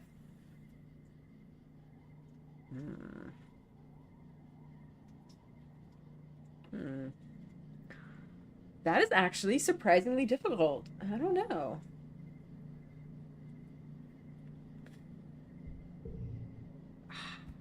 I mean, I guess my original guess was Nomi, so maybe I should just stick to my guns there, but... Great admirer. Who would do that? You know, I feel like Nemi and Cal wouldn't do that, just because, like, we're too, you know, old friends to be secret admirers, you know? Like, if they wanted to give me a gift, they would just give me a gift. I don't think they necessarily would have gone through all of this.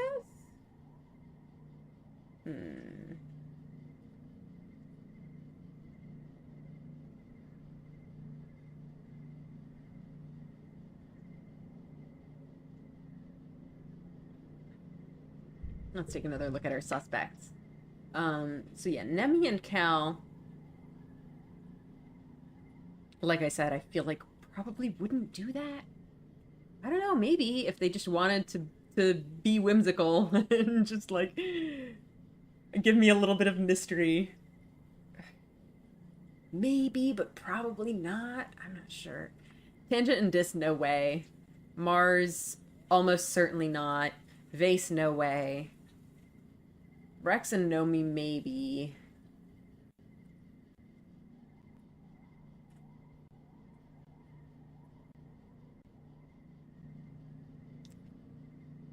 That is difficult.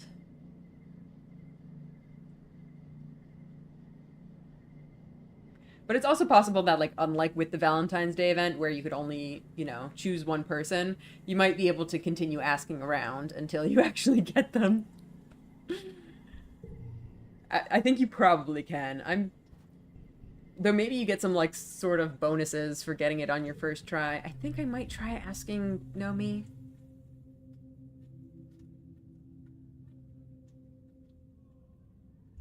I'm gonna try it. Let's see what happens. Are you my secret admirer? Nomi's eyes go wide. Secret admirer? They gasp. That's so romantic! I wonder who it is! Either Nomi's a better liar than you gave them credit for, or you're on the wrong track. Okay, yeah. Okay, cool. So we can just ask around until we find out. Do we want to try Rex, or do we want to go for Nemi? I'm gonna try Nemi. Though I feel like that's, like, more awkward with Nemi. Like, is she gonna think it's weird if we think that she's our secret admirer? The mystery's afoot, yeah. It's tricky. We're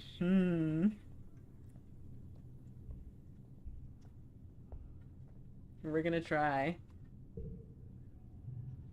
Nemi giggles nervously. Gross, she says.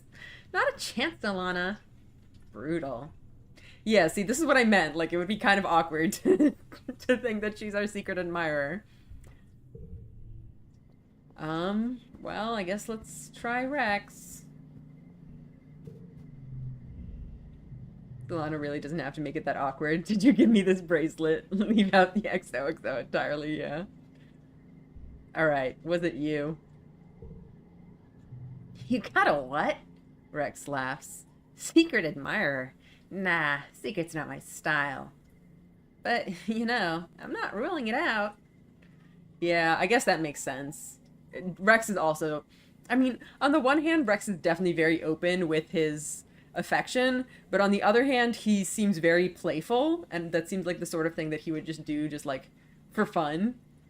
Just to be like, oh, let's make this a game.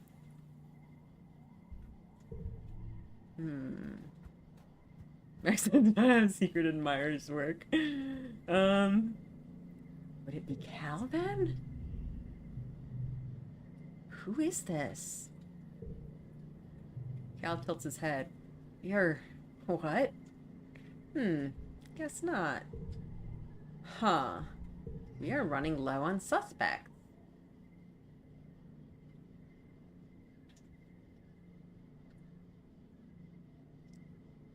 Huh. Well, isn't that interesting? I mean, I feel like vase would be the most ridiculous option. It also might be a thing that it's not any of um these options, that like you have to go through all of them and then find out that it was actually someone else. Um the thing that gets me, Sim kind of can't be the secret admirer. Yeah, I mean, I'm also thinking that it could potentially like be dad, just like, you know, doing a little silly thing. But I feel like he wouldn't really do that either. I don't know. I'm somehow wondering if it's time travel Solana or something. That's interesting. Like, I don't know why time travel Solana would travel back in time to give me a... Although, it is, you know, raised as this, like, ooh, this is the secret admirer's gift, but it's a media band. Like, there could be something hidden on it. Like, some kind of important clue. So, looking at it from that angle, maybe it is time travel Solana. Um, so I'm going to go in like order of possibility, which I think probably Mars would be the least crazy of these options, followed by Dis, followed by Tangent, followed by Vase, but I really don't think it would be any of these people. Inside your favorite episode of The Rise and Fall of Sanctuary Moon. Yeah, and so the thing is that it's, you know, it was noted to be from someone who has like perfect knowledge of your tastes. And who would know that better than yourself?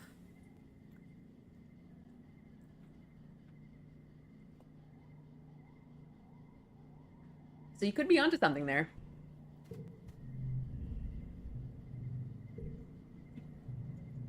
Mars barely looks up from her manicure. What? He laughs. Alana, if I liked you, you would know. Trust me. Yeah. Yeah, we probably would. Oh, well, okay, let's go see Dis next. It's all coming together, yes, it sure is.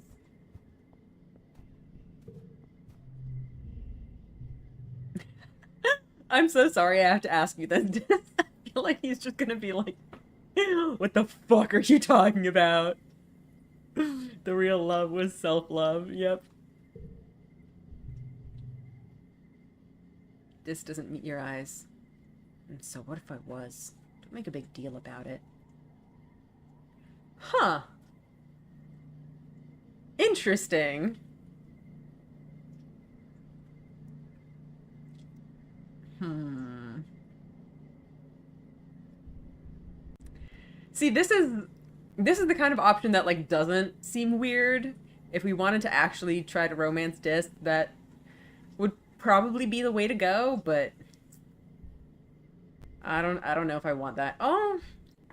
Hmm. Hmm.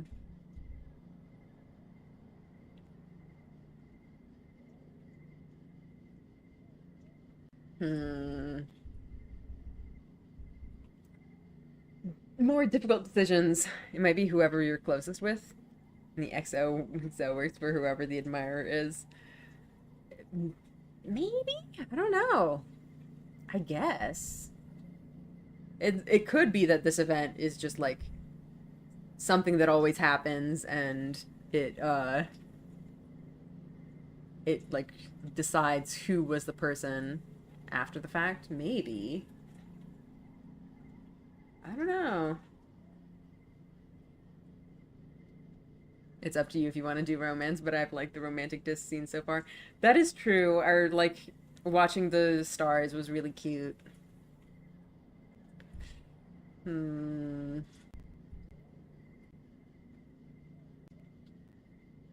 Do you want to find out for yourself in later playthroughs? Yeah, we'll figure it out. We will figure it out eventually. Hmm. Um. Do we want to go for romance? This is also interesting. The so what if I was, don't make a big deal out of it. Like, does he actually like us or not? Is is sending slightly mixed messages here. Like, on the one hand, he sent us a gift, apparently, but on the other hand, he doesn't want it to mean anything.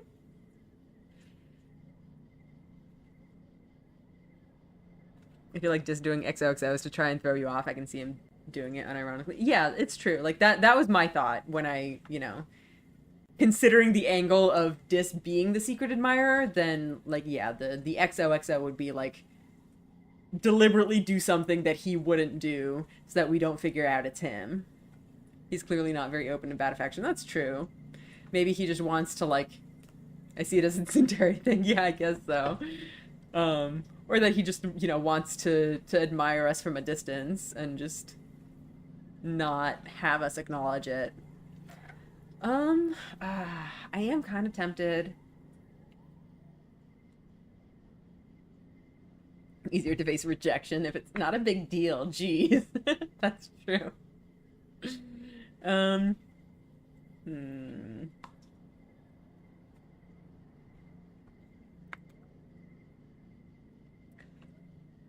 feel like this is a big decision. Like, obviously it's not gonna permanently lock us into a route, but this seems like actually deciding if we want to go ahead with this.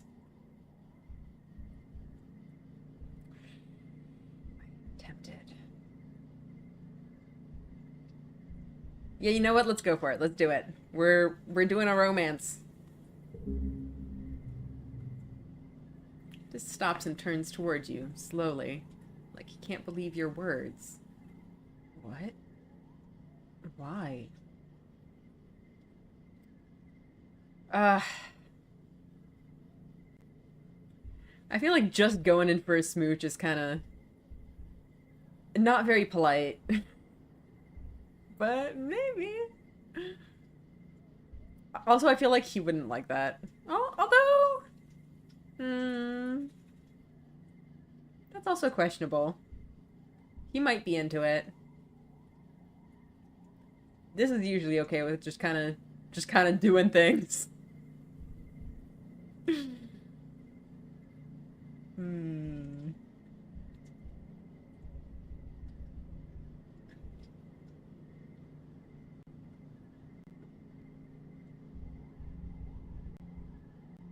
I feel like if we are gonna do the romance route, we can save the smooches for later. We can make it special. I just do. Just looks at you in shock, then looks away, breathing out shakily. Okay, he mutters, his cheeks turning pink. Cool, I guess. Either of these seem flirtable. Aw, it's cute. Aww. You and Dis are sitting on the tailgate. Oh, did we, like, get up to... What's our friendship level? 70. Sitting on the tailgate of one of the expedition's vehicles, shelling bobber seeds with your teeth and spitting the hard bits on the ground. Now and then one of you points out something funny a passing surveyor does, or spots something under the mush trees. This is the easiest way to talk to Dis, by not talking at all. Tsundere of it all, yeah. Dis has always been like this. Being isolated from the other kids made him thoughtful. Out of everyone, you think Dis might understand about Sim, and be able to keep the secret. Do you tell him? I mean, I think Dis already knows, right? Right? Like, Sim mentioned that he's interacted with Dis, right? Or am I misremembering that? Or did I misinterpret it?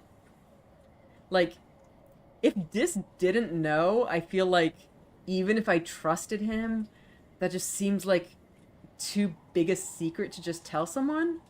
But I feel like he already knows. Yeah, Sim literally told us he hung out with Dis. Yeah, I'm not making that up. I'm not going crazy, right? Okay. You tell Dis that you saw something interesting when you were out on an expedition. Dis perks up immediately, turning to look at you. Yeah? He asks. What? He explicitly said, I like hanging out with you and Dis. Yeah. I met an alien, Dis. His jaw drops, and his face goes an interesting color. You're worried for a moment that he's going to be upset with you for teasing him, but... No way, Dis hisses, leaning in. But I met an alien too, Solana. What was yours like? I feel like right after we flirted with Dis, immediately flirting with Sim would be so terrible. You're like, oh, he's so much cooler than you. He's so much handsomer and and all like mysterious and like, oh no.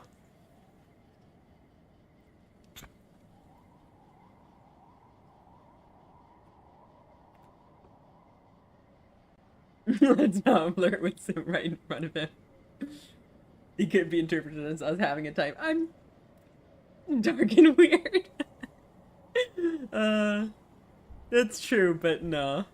Like us, but an alien?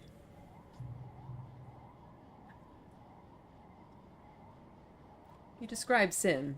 His long dark hair, his big eyes, his faintly purple skin, the way he never seems to answer any of your questions. Just stares at your face. Wait, you met Sim too? You nod, and his hands fly to his hair. He said he met another human girl, but he didn't say who it was. It was you this whole time? If anyone is gonna be down with an alien molecule, let's be real, it would be Dis. That is so true. Very accurate. He made me swear I wouldn't tell anyone else, Dis says earnestly. It's a weird expression on him. He said if other humans find out about the gardeners, we'd all be in a lot of danger. So, we can talk about Sim, but we have to keep it a secret. I mean, why hide him, I think, is pretty clear. I don't know where this is going, so I kind of want to try that. We definitely do want to keep it secret. This, who else was going to be wandering the wilderness? Think about it. It's true. Yeah, I'm sure the gardeners are related to those ruins somehow. He shakes his head. I asked him if the gardeners built what used to be there. He said the ruins built the gardeners. He's always speaking in riddles. I mean, that could be pretty literal. I think Luke was also saying earlier about how maybe the planet created them in the shape of humans to, like, interact with the humans. That could very much be literal.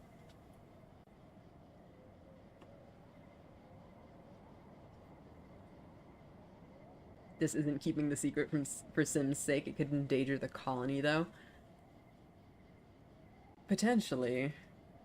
Well, we'd all be in a lot of danger. Could potentially also include Sim and the gardeners and his people. It depends on what we'd all... It could just be that there's gonna be, like, all-out war, which would very much put both sides in danger. Yeah, unclear. I mean, I guess if we're given the option to ask all the questions, we might as well. Just looks at you like you've grown a second head. I don't know about you, he mutters, but I'm done with people making fun of me for knowing the truth. He shakes his head and looks out into the forest. I want to protect Sim, he says quietly. He's one of the only people who's ever tried to know the real me, you know? It's different for you. People like you, Solana. He rubs his cheek. Sim is my everything. If he needs me to keep him secret, I will. Okay, wait, this is already in an alien molecule. Maybe. Okay, this will be our secret. Dis nods, looking serious. Good, he says simply, then repeats it. Good. You go back to shelling bobber seeds in silence, watching the colony go about its business. Intriguing stuff. Soldiers are a bunch of assholes, Dis mutters, wrapping his arms around himself. All they want to do out there is shoot things and tear up the plants. It's awful. They're just making it worse. I also was honestly wondering how the cortisol thing might intersect with genetic enhancement. That is a really interesting idea. Unclear. You're still drinking your raw milk.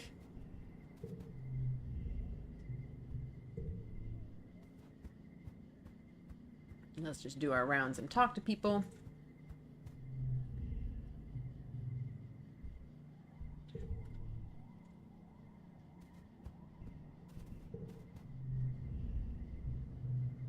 Ooh! Did we get to 40? We got to 40. We're at 45 even. Dang.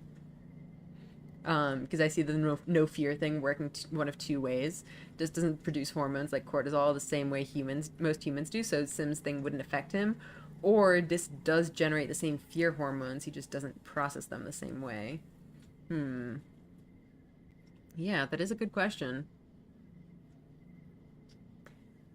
We can do a hug.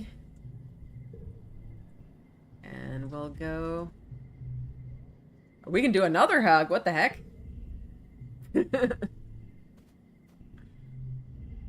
Oh yeah, I guess the hugs always are available. It's just sometimes they give you friendship points and sometimes they don't. All right, let's build a thing. If you experience some kind of buildup, perhaps it could cause problems the gene researchers wouldn't expect me. Yeah, I don't know. Actually, I'm working on something right now, Rex says, producing a holo projector. Looks so familiar. Wait, the holo projector you used to watch vids on in the creche. It's been broken ever since the creche was destroyed. I was hoping you could help me fix this up. I want to have outdoor movie nights. Oh, hell yeah. You help Rex bring the holo projector back to life. Then help him make an outdoor theater for it, complete with overhead lights and comfortable places to pile up your bedding. And provides the snacks. Rex looks at it with pride. We just have to figure out what to play for our opening night. Hell yeah.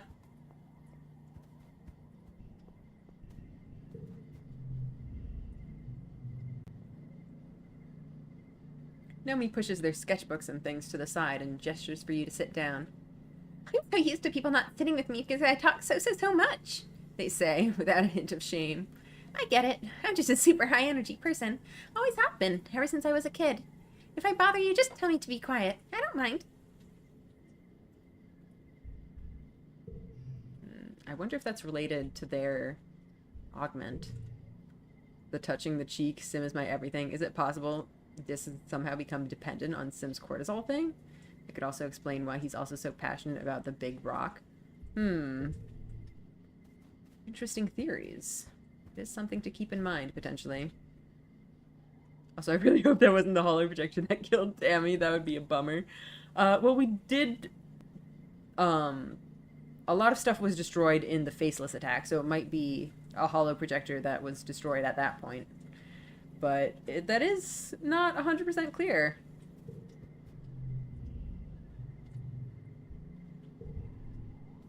Oh, wait. We're mid-dust. Whose birthday is that? Is that Vase's birthday? Oh, it's not Memory's birthday. Birthday.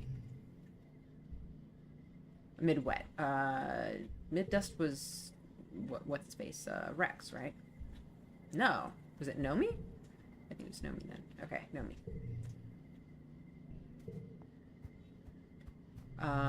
And I've also forgotten what they like. What did they like? We don't know what they like. What did we try last time? What did we try last time? I forget what they tried last time.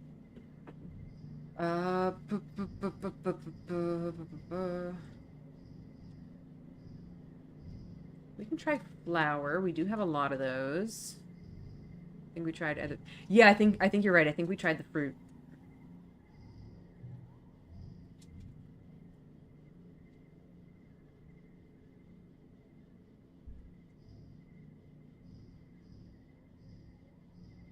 They could be into crystal. I feel like they wouldn't be into the log. They're not especially into flour.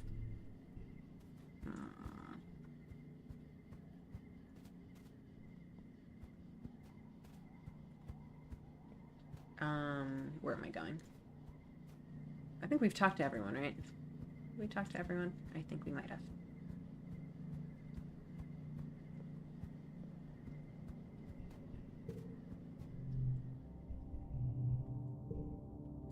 I'm asked you for data on human culture. Television shows, music, books, things like that. You have unlimited access to Congruence's media archives through your holopalm, but for Sim it'll be a little more complicated. You'll need to find a physical storage unit with enough memory to contain a chunk of the holo archives. Deal one. You can try giving gifts outside birthdays too to figure out faster. Yeah, that's a good point. We should probably do that. Can't we just use our 7 squillion kudos? You mean to buy a storage unit? I feel like the idea is mostly just to keep it secret. We don't want people knowing that we're doing any of this.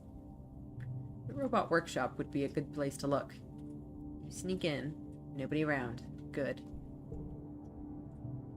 You rummage around until you find what looks like a portable holo unit in a drawer. Then find a port in the wall to plug it into. An interface pops up with options to copy data into the tiny drive. Perfect. Rebellion, yep. Also, what the heck is this port that we just plugged into that gives us options to copy data? It's in the wall? You don't even plug it into, like... I mean, I guess the data comes from, like, congruence or something. I don't even know. Why is there a port in the wall that interfaces with this? What? We start by carefully copying your very favorite vids and games, then realize there is a shit ton more room on this tiny device. You sweep in several thousand more vids, as well as the entire contents of the school's learningpedia. That's, I think, a little bit more questionable. Future USB port in the wall, I guess. But, like, it's in the wall. Is the wall connected to a computer? I guess just everything in this building is connected to a computer. The smart devices have gotten out of hand. You can hack the fridge to steal all your data. In the future, everything is computers. And also fishnet. Yeah. But yeah, look. I trust Sim well enough, but giving him... He asked for, like, cultural artifacts. Giving him access to the... Oh, hi, cat. Yeah, giving him access to our, like, educational content seems a little bit questionable. As you slip the unit into your pocket, the congruence console above you suddenly flickers and lights up. Uh-oh, we've been caught. Kitty, hi, what do you want? You want something from me? Congruence seems amused. She doesn't sound in alarm, although you know you shouldn't be in here, but asks in a neutral voice. What are you doing in here, Solana? Aw, we need that persuasion! We really need that persuasion. I guess we only have one option. Congruence allows her expression to show doubt, but she seems flattered. You chat for a bit, then she tells you to get out before you get in trouble. She seems to be lonely. Can an artificial intelligence get lonely? It's something you've never really thought about before. You guess she must miss Professor Hal quite a bit. That is sad. Huh. I feel like we haven't really gotten the chance to really hang out with Congruence or learn anything about her. How the fuck did Professor Hal die? I know!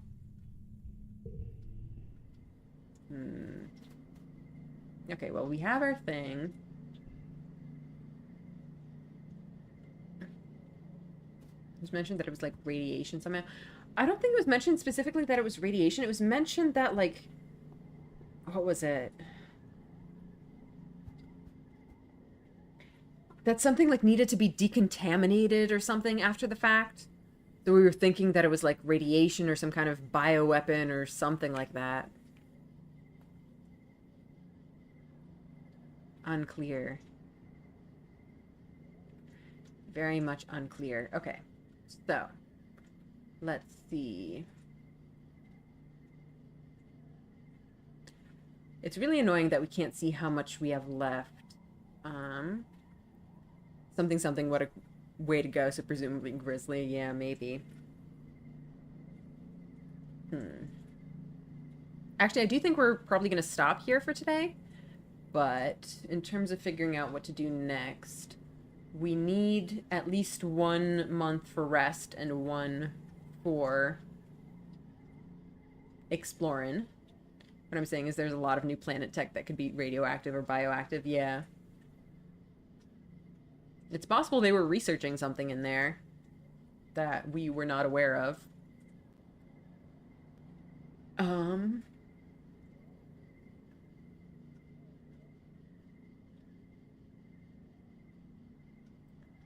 So depending on how much we have left in exploration, it's entirely possible that this next exploration session is not going to take up all our stress. So we're not necessarily going to need to rest after it.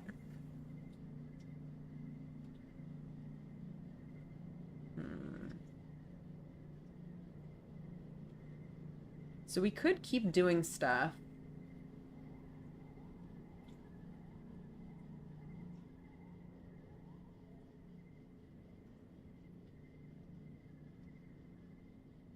I think it makes sense to do stuff for the next 2 months and then go or rest early wet, then go exploring mid, and then we'll have 1 month to either rest if we need it or potentially do something else.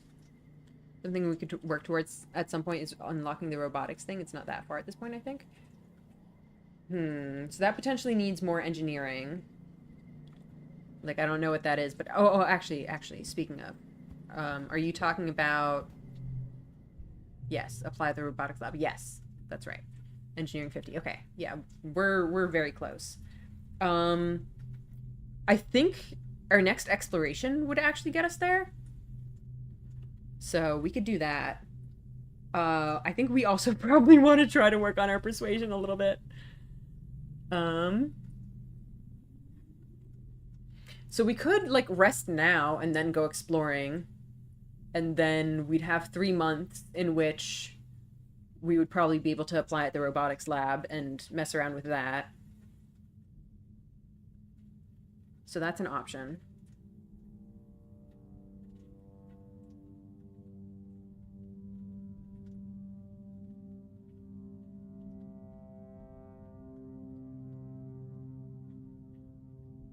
All right, but I think we can figure that out next time. That will be all for today. That was an exciting episode. We got to meet a new friend. We got to start our... Well, I guess we already kind of did a little bit of romance with Dis, but we're doing more romance with Dis. It is pretty cute. Good stuff. And I think next time we're going to be able to...